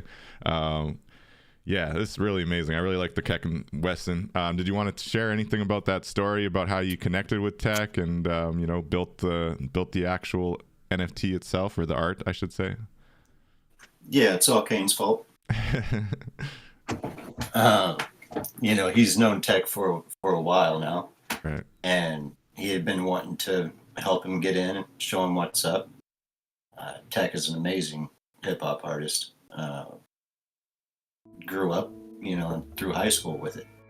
So I knew, but didn't quite know, and then figured it out. And it was, Kane came and asked me if I'd like to do the artwork for him. And I didn't say no. I said yes pretty quick. And I went and, drew a portrait of him. And that took a couple weeks to get that just right and make him a Pepe, but still make him look like Tech. And have all the different, shades come through in the colors of a person to a Pepe. And I glitched it and found out another side of my brain that I didn't realize was there by doing this process. And it was a great experience for me as an artist to make myself go through that in a piece. It was a lot of fun, and the artwork was fun to do. Tech is great people, super great guy, and Kane's all right. He's fun to work with, and we got it done. No doubt. No, I gotta say, sitting in that room with Kane and Tech, and I think Money B jumped in there too, and just hearing the hip hop, the culture. That was on the Twitter Spaces actually. I went and purchased it right after that because it was just too inspiring, man. I was thinking about it because it was the first purchase I've ever made on a Bitcoin NFT or crypto art on cross or counterparty. I keep wanting to call it cross party. But yeah, so I was really inspired by Tech's story, and like you just said, the fact that he was kind of convinced by Kane and told about this opportunity here on the blockchain, and then the artwork, the different colors, the way you threw the little Bitcoins falling in there from the sky, and it's just really dope. Fire art, fire music, and more importantly, the moment, the fact that it was bringing Tech in, bringing that old school hip hop vibe onto the blockchain. I had to be part of it. So, it was the first one I ever actually spent some hard-earned Bitcoin on. And it wasn't easy because I have to say I think of Bitcoin for hodling only. I don't ever want to spend it. But yeah, it was a really awesome project. Kane, did you want to speak to that a little bit?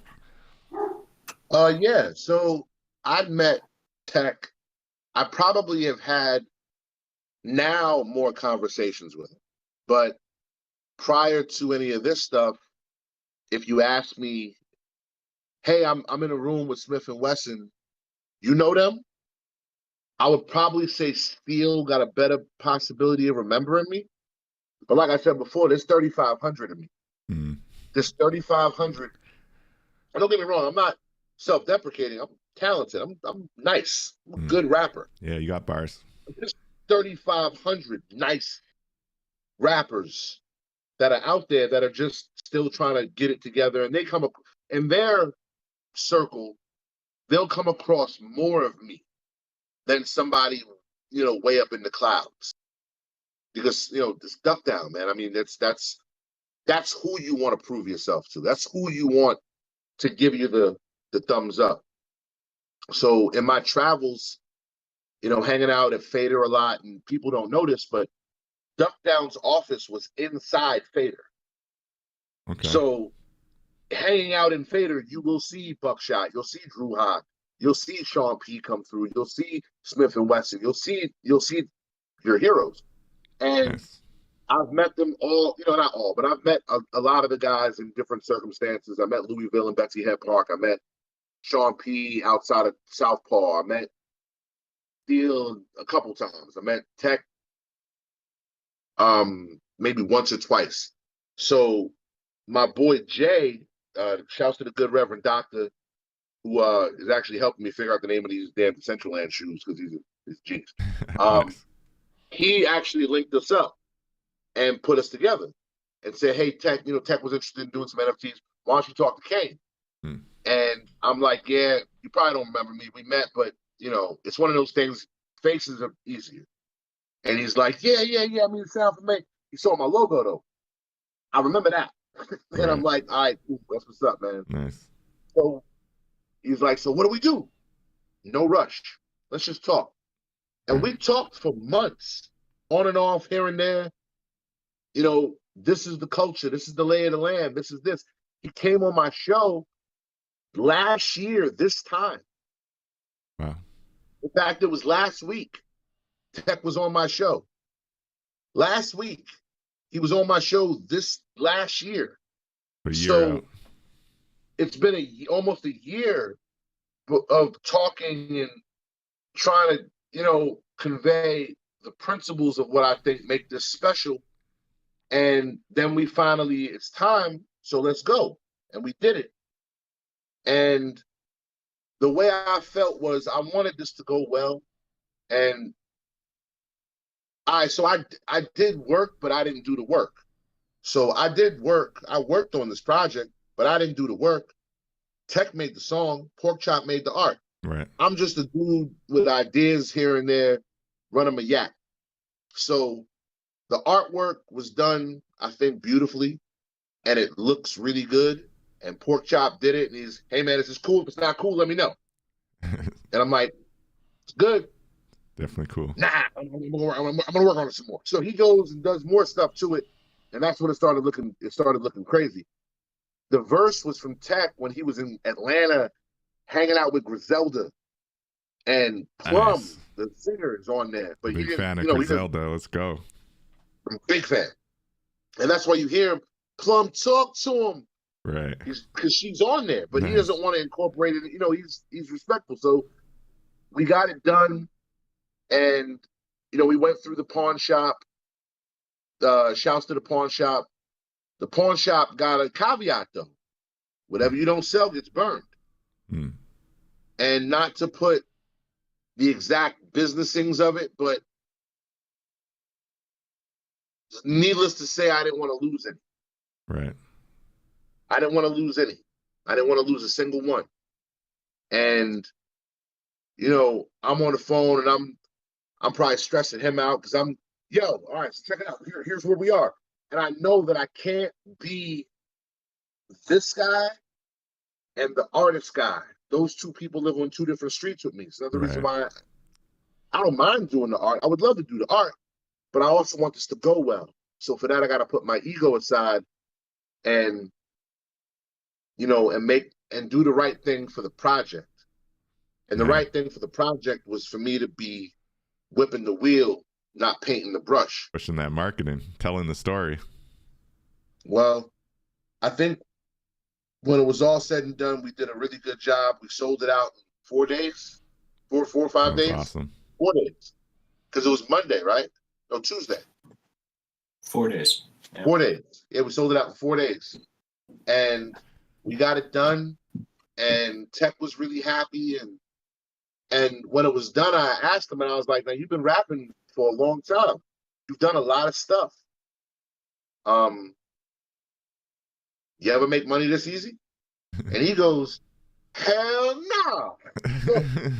So That's what's up. to be able to do something, what I thought was very impactful for an artist whose album I stole and will continue to steal. Not pirate download, for the record. If I see it in your car or your house or whatever, like, Right. I'm a Just snatch liberator that. for the people. Yeah, I'm the people, by the way. I'm a liberator go. for me.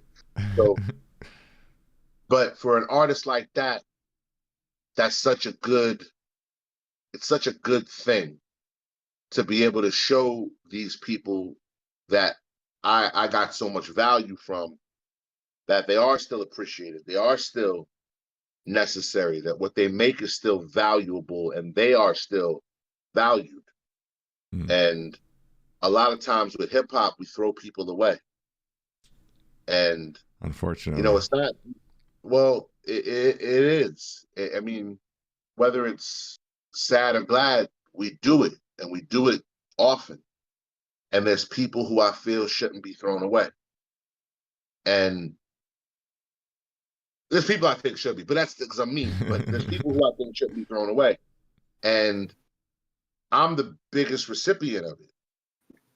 I'm an easy candidate for the litter box, man. It's, you know, no one really ever heard of me. A lot of the music was mid, so I'm still figuring myself out. You can lose it, never miss it. You never can't miss what you never had. Right. But this space gave me a second chance. And I think that the most basic act of reciprocation, the least that I can do, is to give that same gift to other artists who I feel would also appreciate it and do good for the space. And even with Tech, he's like, yeah, man, I mean, we're going to do another one, so it don't matter. Because I'm telling him, hey, man, we do it this way, we're going to make less money. Mm-hmm. You know, I'm still Kane Mayfield. So, hey, man, we can do this way, the right way, make less money. Right. He says, this is what Tech says. He goes, yeah, son, but saying a cash grab, we in it for the community. And I said, Let's Community go. and culture. Let's go. yeah, fucking on. That's right. Yeah, that's right. Smoky Law. You're correct, sir. I was very happy. That's very awesome. good fun. Yeah, So you know, those are the inspiring stories we like to hear on Web3 Warriors. You know, we're focused on the creator economy and really the creatives that are in here for the right reasons. You know, to your earlier point, whether it's for the memes, whether it's for the culture, it's not just for going to the moon. It's not just for getting that bag, getting the next buck. I think, like you said, the bear market is kind of shaking out a lot of those kind of folks in the broad NFT space in general, in the blockchain space. I think I'd like to believe most of us who are still here, you know, heads down, building, believing in the technology, convincing others to see the potential here in this space, are really, you know, focused on it for the right reasons and for the culture. Like you're saying, community has become kind of a buzzword that's losing some meaning, but it's still important, you know, and that's what it's all about. So Kane, I want to get you a chance to speak to your own NFT as well. So yeah, that Keck and Wesson is next level. That was definitely a historic piece. Amazing. Porkchop. Don't forget about the sub asset. The sub asset on the Keck and That's Wesson. another part of the gameplay. Yeah, you got to Oh. understand there's 77 of half the song. 18 or less people will actually have the full song that no one else in the world has. Correct. By freaking Tech. Like, that's... Did those go out already, or is there what's the Nah. story? It's coming. I could have changed pictures, but I'm a sucker for a good story. Hmm. So like there's an old very untrue wives' tale. Salesmen are hard to sell. It's not true. Hmm. Salespeople are the easiest people to sell, especially if they're good. Mm-hmm. You can sell me anything. Just tell me a sexy story. Right. I'll buy anything. So the story of the sub, and I'll keep it vague, but the story of the sub asset as is currently too good for me to abandon. And I also like to be a man of my word. I like to honor my commitments. I like to know that my word has value, so that if I give it, people know they got something that's written in gold. That's what's up. I'm not, if I'm like promising I'm going to die to stop smoking or something, but you know, like shit that I tell you, like other people, not me, a lot of me. I'll tell the truth to a stranger, but a lot of me. So the story of the sub currently is too good for me to change pitches, and I want it. I like things to be just so. I want things just so, because I'm stubborn, and I'm stubborn enough to keep knocking on the door until it opens. And I know it's going to be fine.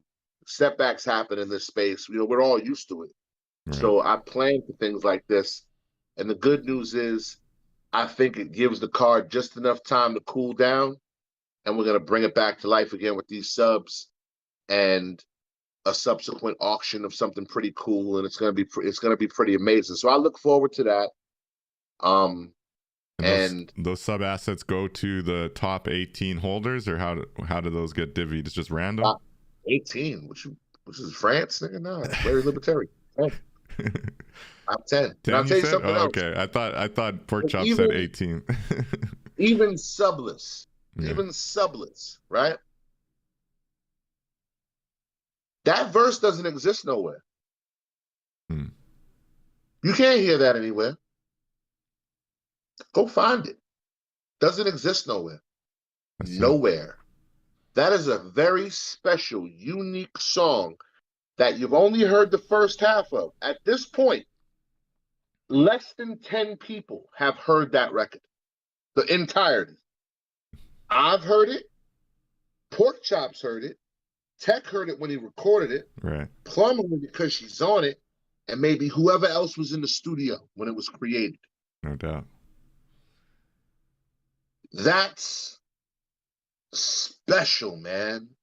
That's, you want to talk about something that's rare? There's your rarity. That's it. How about an unreleased record from a rapper that people still love? He's That a I true grew up listening to. So there's a beauty in that.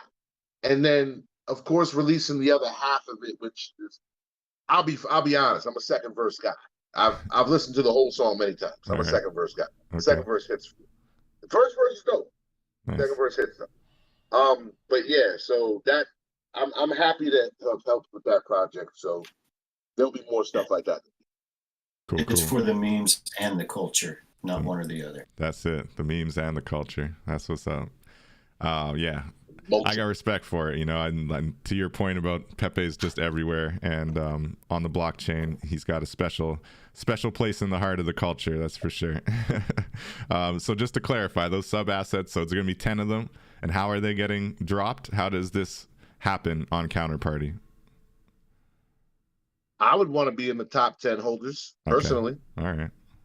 Cool. There you go. You heard it here. And we did play a little bit of a teaser underneath Porkchop when he was talking. So it's the top 10 holders get it airdropped to their wallet for the amount that they have in their wallet. Nice. So if you have more than one, you have two. If you have two, you're probably on the top 10 or close. There's 3. I don't know if we're going to be at the top 10. I think me and Tech are taken out of that screenshot. I'm not exactly sure after this Kane about. No, keep yourselves in there. That's how you So get the that top money 8. back, right? Then you'll be able to sell one of those if you really want. You know, it'll be in high demand. Yeah. Up to you. Well, they can't match what's in my wallet, or some people are going to be left out. I'm a hodler. No doubt. you can. You can. There are currently 3 dispensers open. Mm-hmm. Yep. Yeah, I'm seeing one. There's an option to buy at 0.01 Bitcoin. All right. Everyone go check that out. Pepe.wtf. Search it up. Keck and Wesson, all one word. But yeah, Kane, I want to get a chance to jump into your NFTs here before we wrap. I know we've passed the hour mark. Talking about handprints specifically, you had that one. And then there's also your most recent drop of Reaganomics.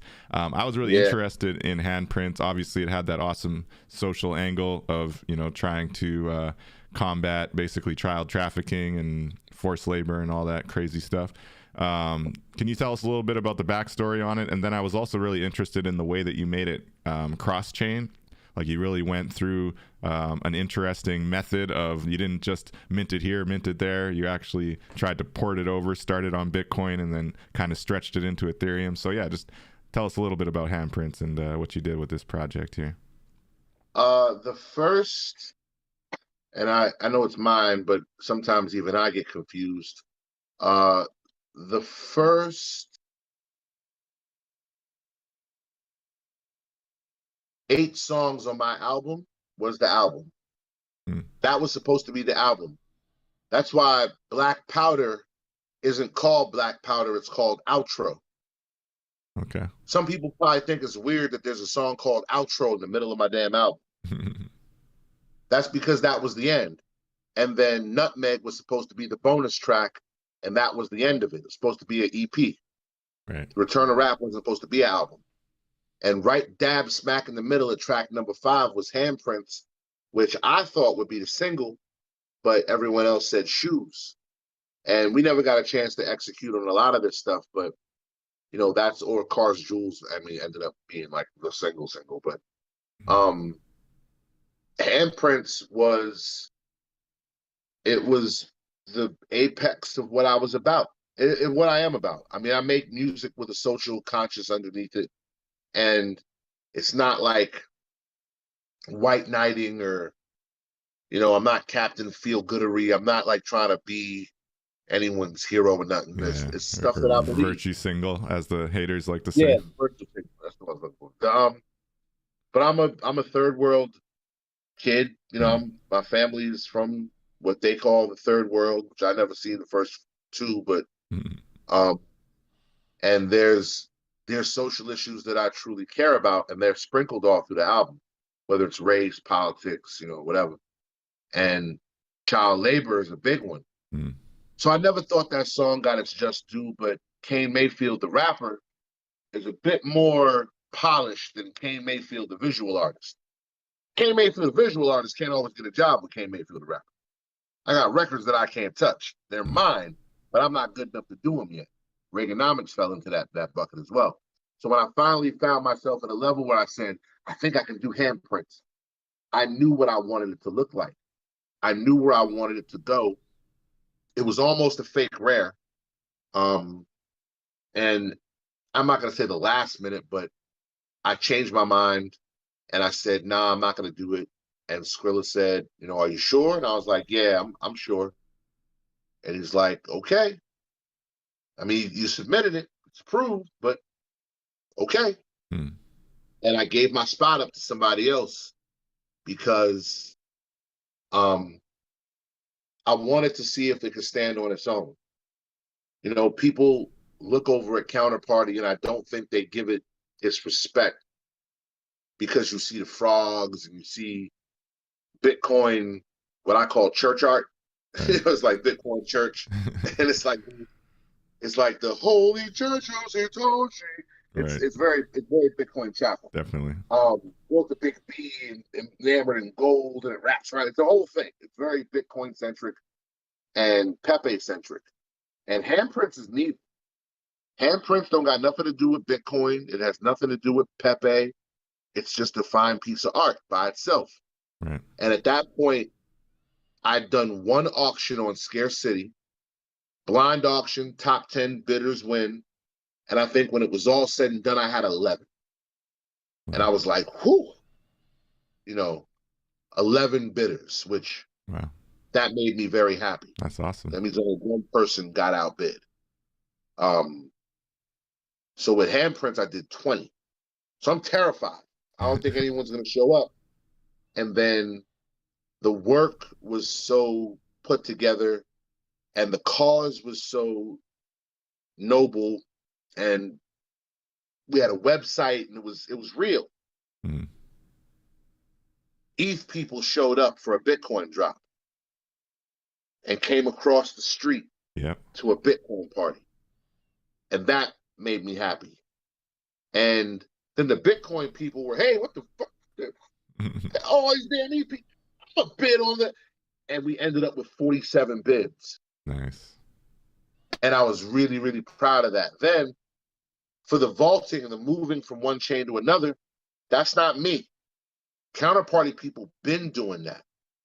They've been doing that. Before I was making NFTs, they were vaulting them over. But the technology was used mostly for rare Pepes and for some specialty Bitcoin art. That's what's there. It spells of Genesis, things like that, legacy OG pieces. Right. So I said the text there, and again, I'm an ultimate end user. I didn't build anything. I saw the tech that was there. I said, so I could bring this from here to there? I'm game. Let's do it. So we brought it from Bitcoin over to ETH, and now I have a token that's wrapped in ETH, but it's a Bitcoin asset. Right. I brought a bunch of them over. The first drop, we sold it out. Brought some more, sold that out. And I think when it was all said and done, we sold about 30 of them. And that's awesome. That was a big deal. I mean, the floor was 0.25 or 0.2, and now it's 0.35. Yeah. And there's one left. I'm literally waiting for my friend to text me because I don't want to wait anymore. The shoes, the Decentraland shoes, the wearables, right? Those are getting airdropped probably this weekend. No doubt. Because I just don't want more. To anybody who has a handprint across all the chains too, not just Ethereum. Anyone who has it on ETH. Now, if you have it on Bitcoin, holla at me. Give me that ETH address because I can't send the ETH asset to a Bitcoin address. Right. But for anyone who wants one, and I'll make the announcement, at some point over there as well. I'm going to do about 100 of them, and it's going to be great. So I'm looking forward to that. But ultimately the thing with handprints was it proved three things for me. One, music NFTs are viable. The concept of, oh man, music NFTs, we haven't really figured it out yet. Nah, you haven't figured out a way to make it coin. You ain't figured out a way to bring in suits and suit with it. Warner Music, who's now doing this OpenSea thing, has been trying on Tezos for going on a year, bricking. Bricking. You can't tell me what's bricking, otherwise you wouldn't be trying something else. Right. You're bricking. Yeah. It was flat. You ran face first into a closed draw bridge, fell in the moat, and I applauded it. Funny for me. Yep. So music NFTs have value, and they don't need suits for validation. No, they do better without the suits, it seems. Damn straight. Two, counterparty is not synonymous with frogs and Bitcoin church. Right. For people who say you can't sell anything in counterparty unless it's a Pepe. I've heard that. And you prove that wrong, I guess.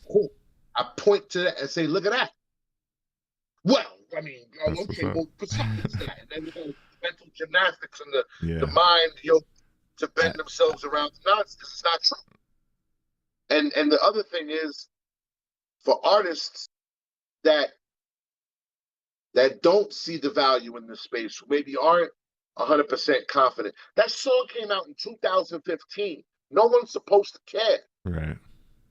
From an artist who officially kind of stopped in 2015, 16. No one's supposed to care about me either. Hey, but you connected it to a social cause. You connected it to some cool GAN art, and you yourself as a person in Web3, as a, I won't use the word influencer because we all hate that, but as a person of note who's really taking the time out of your day to push this space forward and to actually advocate for the right side of this blockchain wave, I think that you're in an interesting time and place now where, to your point, you can take stuff that maybe was gathering some dust on the shelf and be like, hey, this is my creativity, mix it up with some new Web3 angles and show it to the world. And now everyone's looking at Kane Mayfield, the NFT creator, the Web3 evangelist, the maker of handprints and Reaganomics, and more to come, I'm sure. And that's why Reaganomics, a lot of stuff with me is proving things to myself, and a lot of it's just for me, just my own personal challenges. Mm-hmm. So with handprints, did they buy it because of the art or the music, or did they buy it for the charity? Right. Was I the Santa with the goodwill bell, ring-a-ling-ling? Mm-hmm.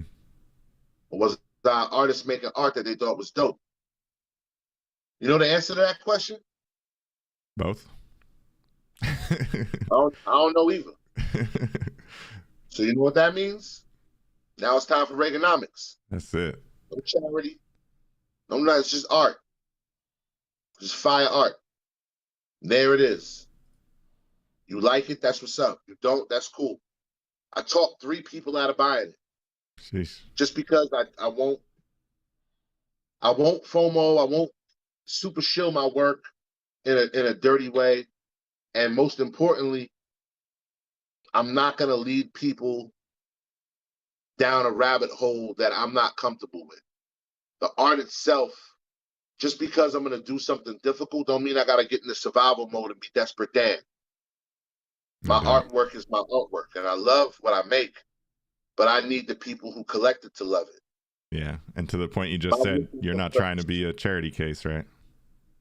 And I'm not. This ain't shaking a cup, man. Exactly. You see the work, it's gonna be what it is. I tell you right now, the merch will be lightning. I've already seen today some of this lightning. And so lightning. You sold out of these baddies already, right? So are you doing a similar thing with cross-chain, bringing them over to Ethereum for other folks too still? I could bring them to ETH right now. The difference I had between handprints and Reaganomics is I had time. But handprints, no one knew what was coming. No one had an idea. But I had a dream, I had a vision, and I had time because no one was pressing me for anything. I'm just in Clubhouse and running around space, and I did Diamond Hearts, and that's the last thing they know of me. Right. So I went into a bat cave for 2 weeks. So my eyes were bleeding, moving pixels, shading, Microsoft Paint, shade, trying to get it just so. And when I was finished, I said, okay, cool. Then I made a pitch deck. Then I ran around the space for a couple of weeks. Then I did all I laid the stage for it. I had time. Reaganomics ain't have no time. It wouldn't come out. Porkchop called me in the midst of me making it. And he hears the tutorials from Prophet of Singularity that I'm listening to. And he's like, what the hell are you listening to? I'm like, I got to get right.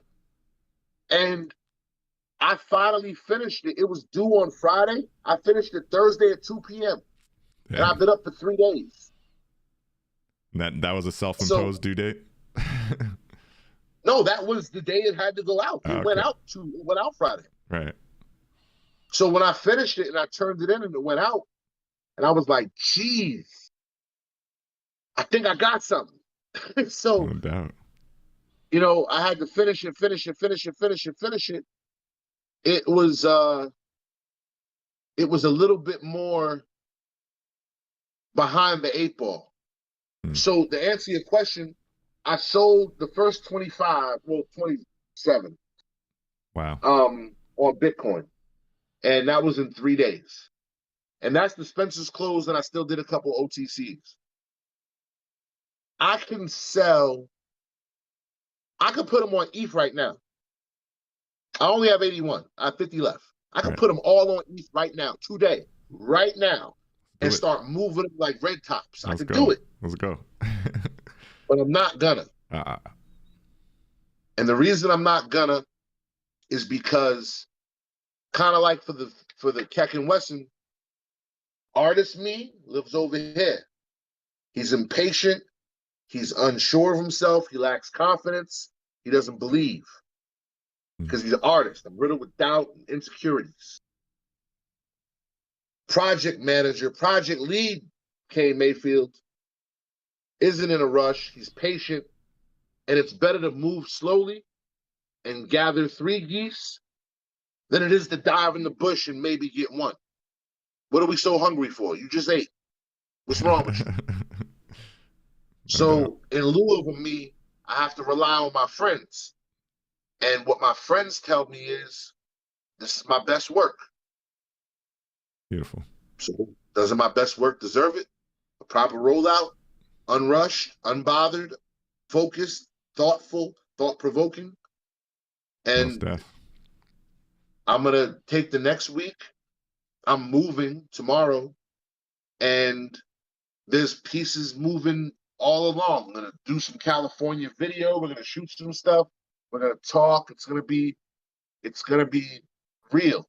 Nice. And giving people the most that I can is my goal. Not the most artwork, because obviously that's done, but framing it for the proper conversation, not trying to be provocative. I'm not trying to be, hey, look at me.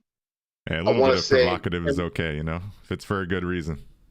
Well, I think the provocation is going to come regardless, but how you deliver that news is important. So it's not a, hey, look at me.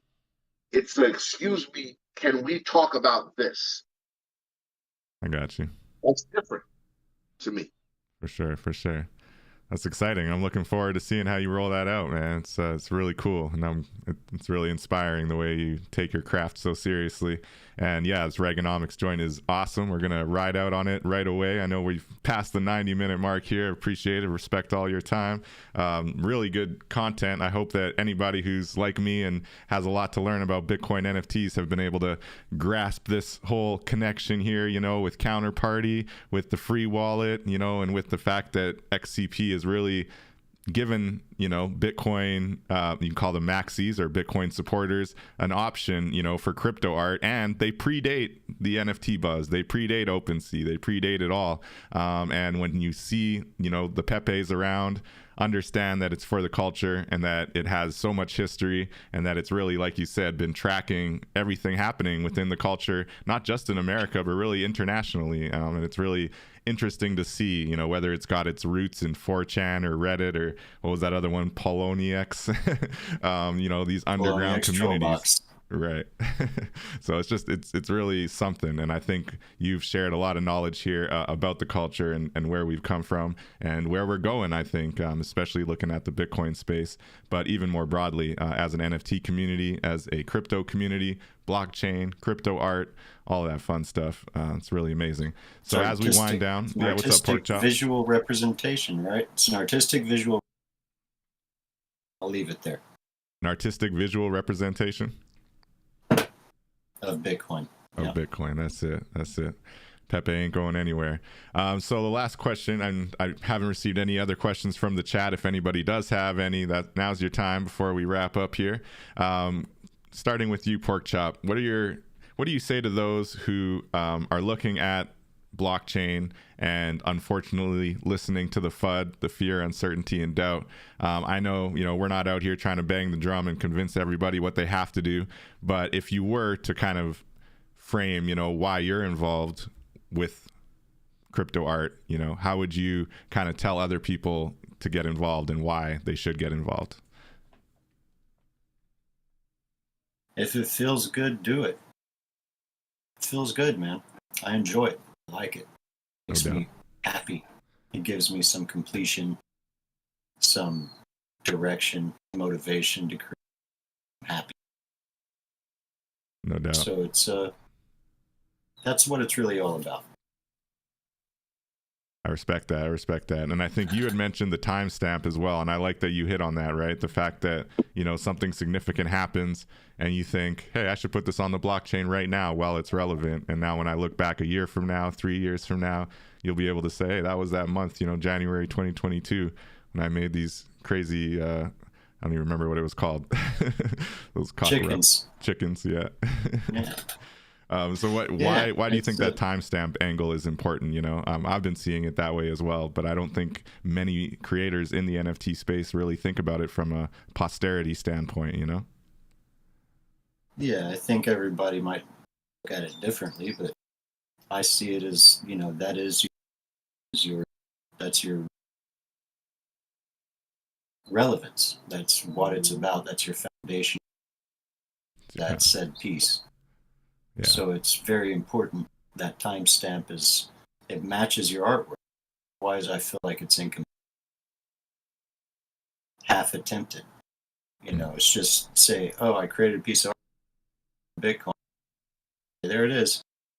That's kind of, well, why did you mint the token in the kind of start? So that timestamp's important. No doubt. Timestamp is important for sure. I think your mic's cutting a little bit there. I know we're not supposed to pretend that we're all just friends who see each other every day. Yo, Porkchop, you know that dispenser that opened? Remember that I showed you? Closed. The one for Reaganomics? Closed because someone closed it by taking it? Bought that ish. Is there actually a confirmed sin? Or did they just close it? Maybe they didn't realize the sub-asset. Nope. Yep, nope, what? Yep, I think it was closed. They just straight closed it. Nah. All right. I think somebody bought it. Well, you could see it if it's bought. It's sake. Yeah, but you take that time, right? There's that turnaround time once it's bought, right? 11 hours. 0.0. Is it the 0.02? Yeah. 4 days ago, closed. Yeah, one dispense bought it. Yeah. There you go. And the person that bought it now has. Do they have more than one? Let's see. We're checking out the Reaganomics dispensers, making moves on that. Nobody's. I know. Party. And again, I'm just saying. Nobody. Fam, the song is from 2009.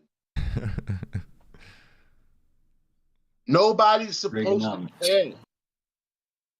a different time and I know I place. should be over it. I'm not. I'm never over it. No So way. same question, right? Yeah. Same question.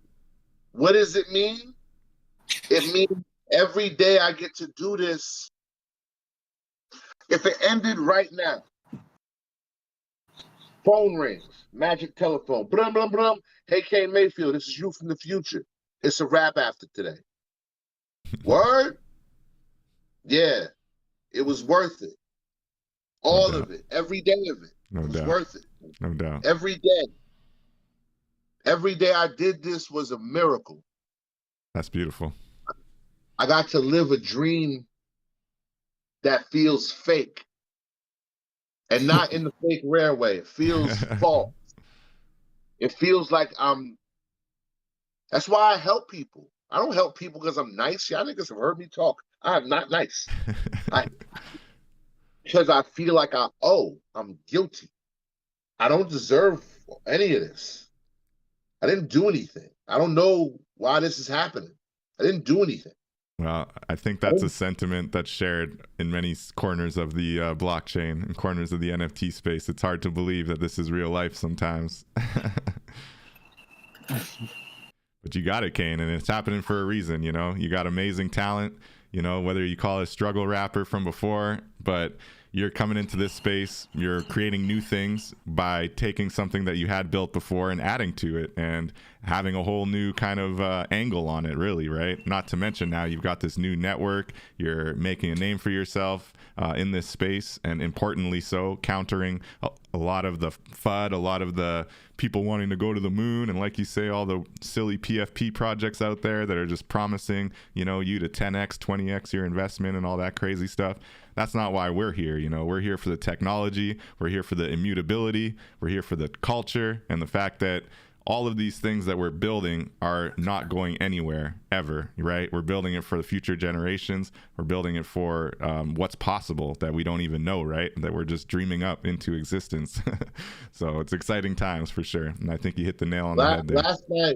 Last night I had the Alcatraz swim team on, and obviously Viva is a little under the weather, so Skrilla filled in for him. And during that conversation, he said, money ain't really the culture. And it's not. Exactly. But we have the option of making ourselves a living. And if I could live not on the moon, because I'm not an astrophysicist, I wouldn't even know how to get down from there. So if I live in Cleveland or Cincinnati, and I was a doctor, not a specialist, not a brain surgeon, not a, you know, no one fancy, just a regular general practitioner.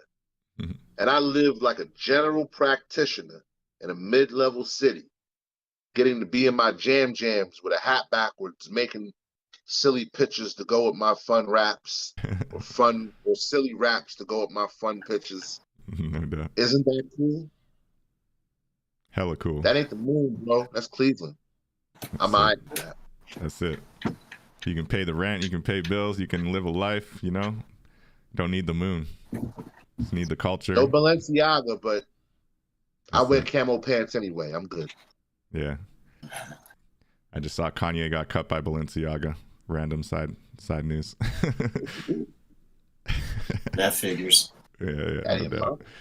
Anyways, it's really amazing, everybody. This is, I think we've touched on a lot. I think there's probably still some technical details around the dispenser and the way that, you know, the Bitcoin transactions work that I could probably still do a little more research into. It's so easy. Yeah. It's so easy, bro. I think I just overthink it in my head.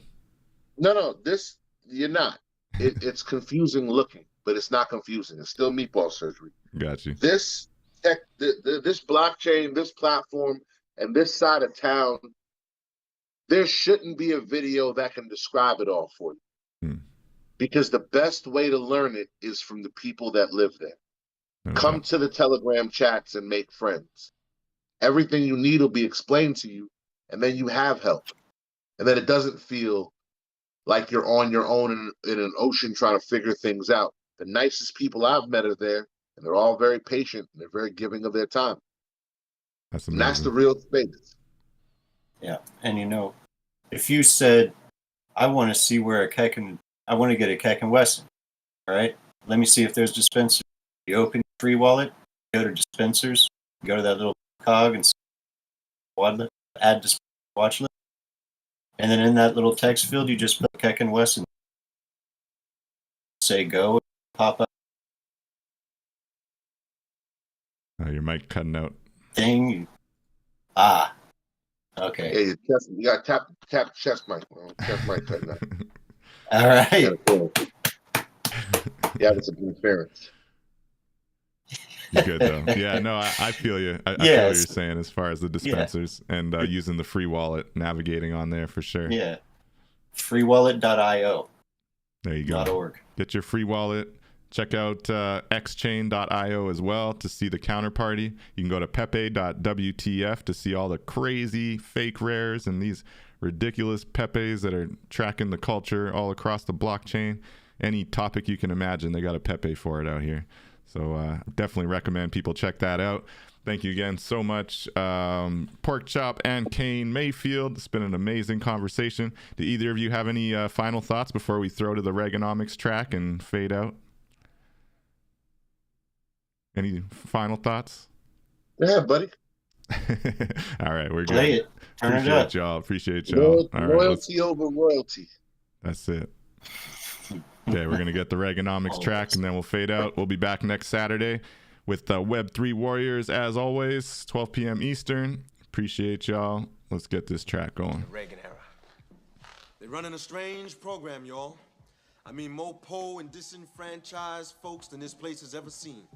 And see, they try to front this shit off like it don't exist. Meanwhile, the rich get richer and poor don't get a fucking thing. Dig it. When you live by your instincts, the jungle seems fair. You spend your life trapped in these project hallways where people don't care. Cause everybody broke, rich people don't have our problems. They won't know unless we rob. Reaganomics got me pulling on my bootstraps. Swear to God I'll stop robbing when my loot's stacked. Once upon a time, in a land called Jersey, there lived these two kids who was thirsty. One was named Slim, he was worse than broke. Stayed with a jacked up fade, his homeboy Jim, who was slap your boy. They were straight savages, too poor for pistols, so they ran with shit. Losers boosting juices in the planting chips. Banned from every bodega, hunger make a man grow desperate. Start plotting on popping them a Lexus. We gon' get paper. The vapors in his nostrils, Slim granddad a copy, saw his Glock once. He be dozing off, dog, we can get it. I dare reefer Senate slide there. If we can get this ride, fam, we be reppin'. Went and snatched the burn out the closet all night, looking for a target. Up in Central Park, it's dark in the winter. White lady, keys jingling, Slim pulled the heat, trembling, squeezed in the When seat. you live by your instincts, the jungle seems fair. You spend your life trapped in these project hallways where people don't care. Cause everybody broke, rich people don't have our problems. They won't know unless we rob. Reaganomics got me pulling on my bootstraps. Swear to God I'll stop robbing when my loot's stacked. We're still in the slums, but this time Jamaica, little naughty head boy named Jacob. He would watch the planes in the sky of the people going foreign. Icebox bear, so he nyam pun orange, teething out the market. Running from authorities, bumped into this man, said, pardon me. Father me no want be a gangster, shotter. But if men don't teeth, I die, we have nothing to eat. And for you to come walking through my hellhole, tick money, fat belly, talking by a cell phone, disgust me. Where you from? Kansas? Never heard of that. Your camera ain't deserving of your ownership. I work with that. A pittance to you could feed I and I for 3 months. Little trinkets mean much in the ghetto. We just pray, Jah deliver me from poverty and forgive me roughly for your property. This my last When robbery. you live by your instincts, the jungle seems fair.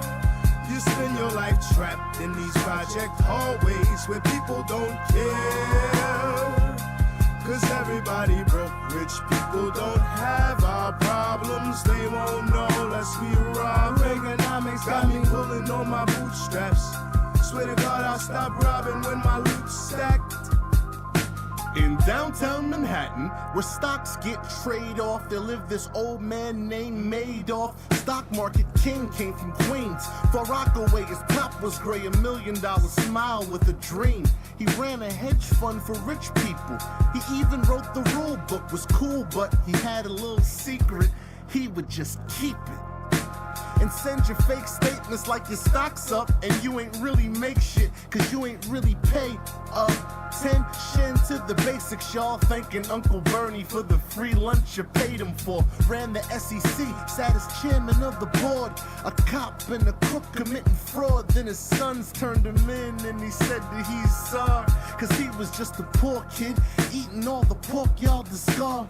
Did from your fridge, cook the books and rape the salaries of millionaires, Bilderbergs and charities. All hail his majesty. When you live by your instincts, the jungle seems fair. You spend your life trapped in these project hallways where people don't care. Cause everybody broke, rich people don't have our problems. They won't know unless we rob. Reaganomics got me pulling on my bootstraps. Swear to God I'll stop robbing when my loot's stacked.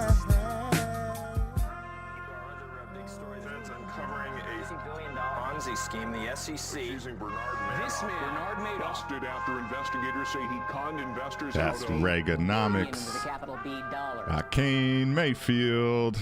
Thank you, Kane. Thank you, Porkchop. It's been an amazing episode. Appreciate y'all. You can find that track at xchain.io/asset/Reaganomics. Check it out for yourself. It's a really cool video. Amazing piece of art. Amazing bars. Appreciate everybody for dropping in with us. We'll be live next time on Saturday. Till next time, catch you in the metaverse. Peace out. Bow, bow.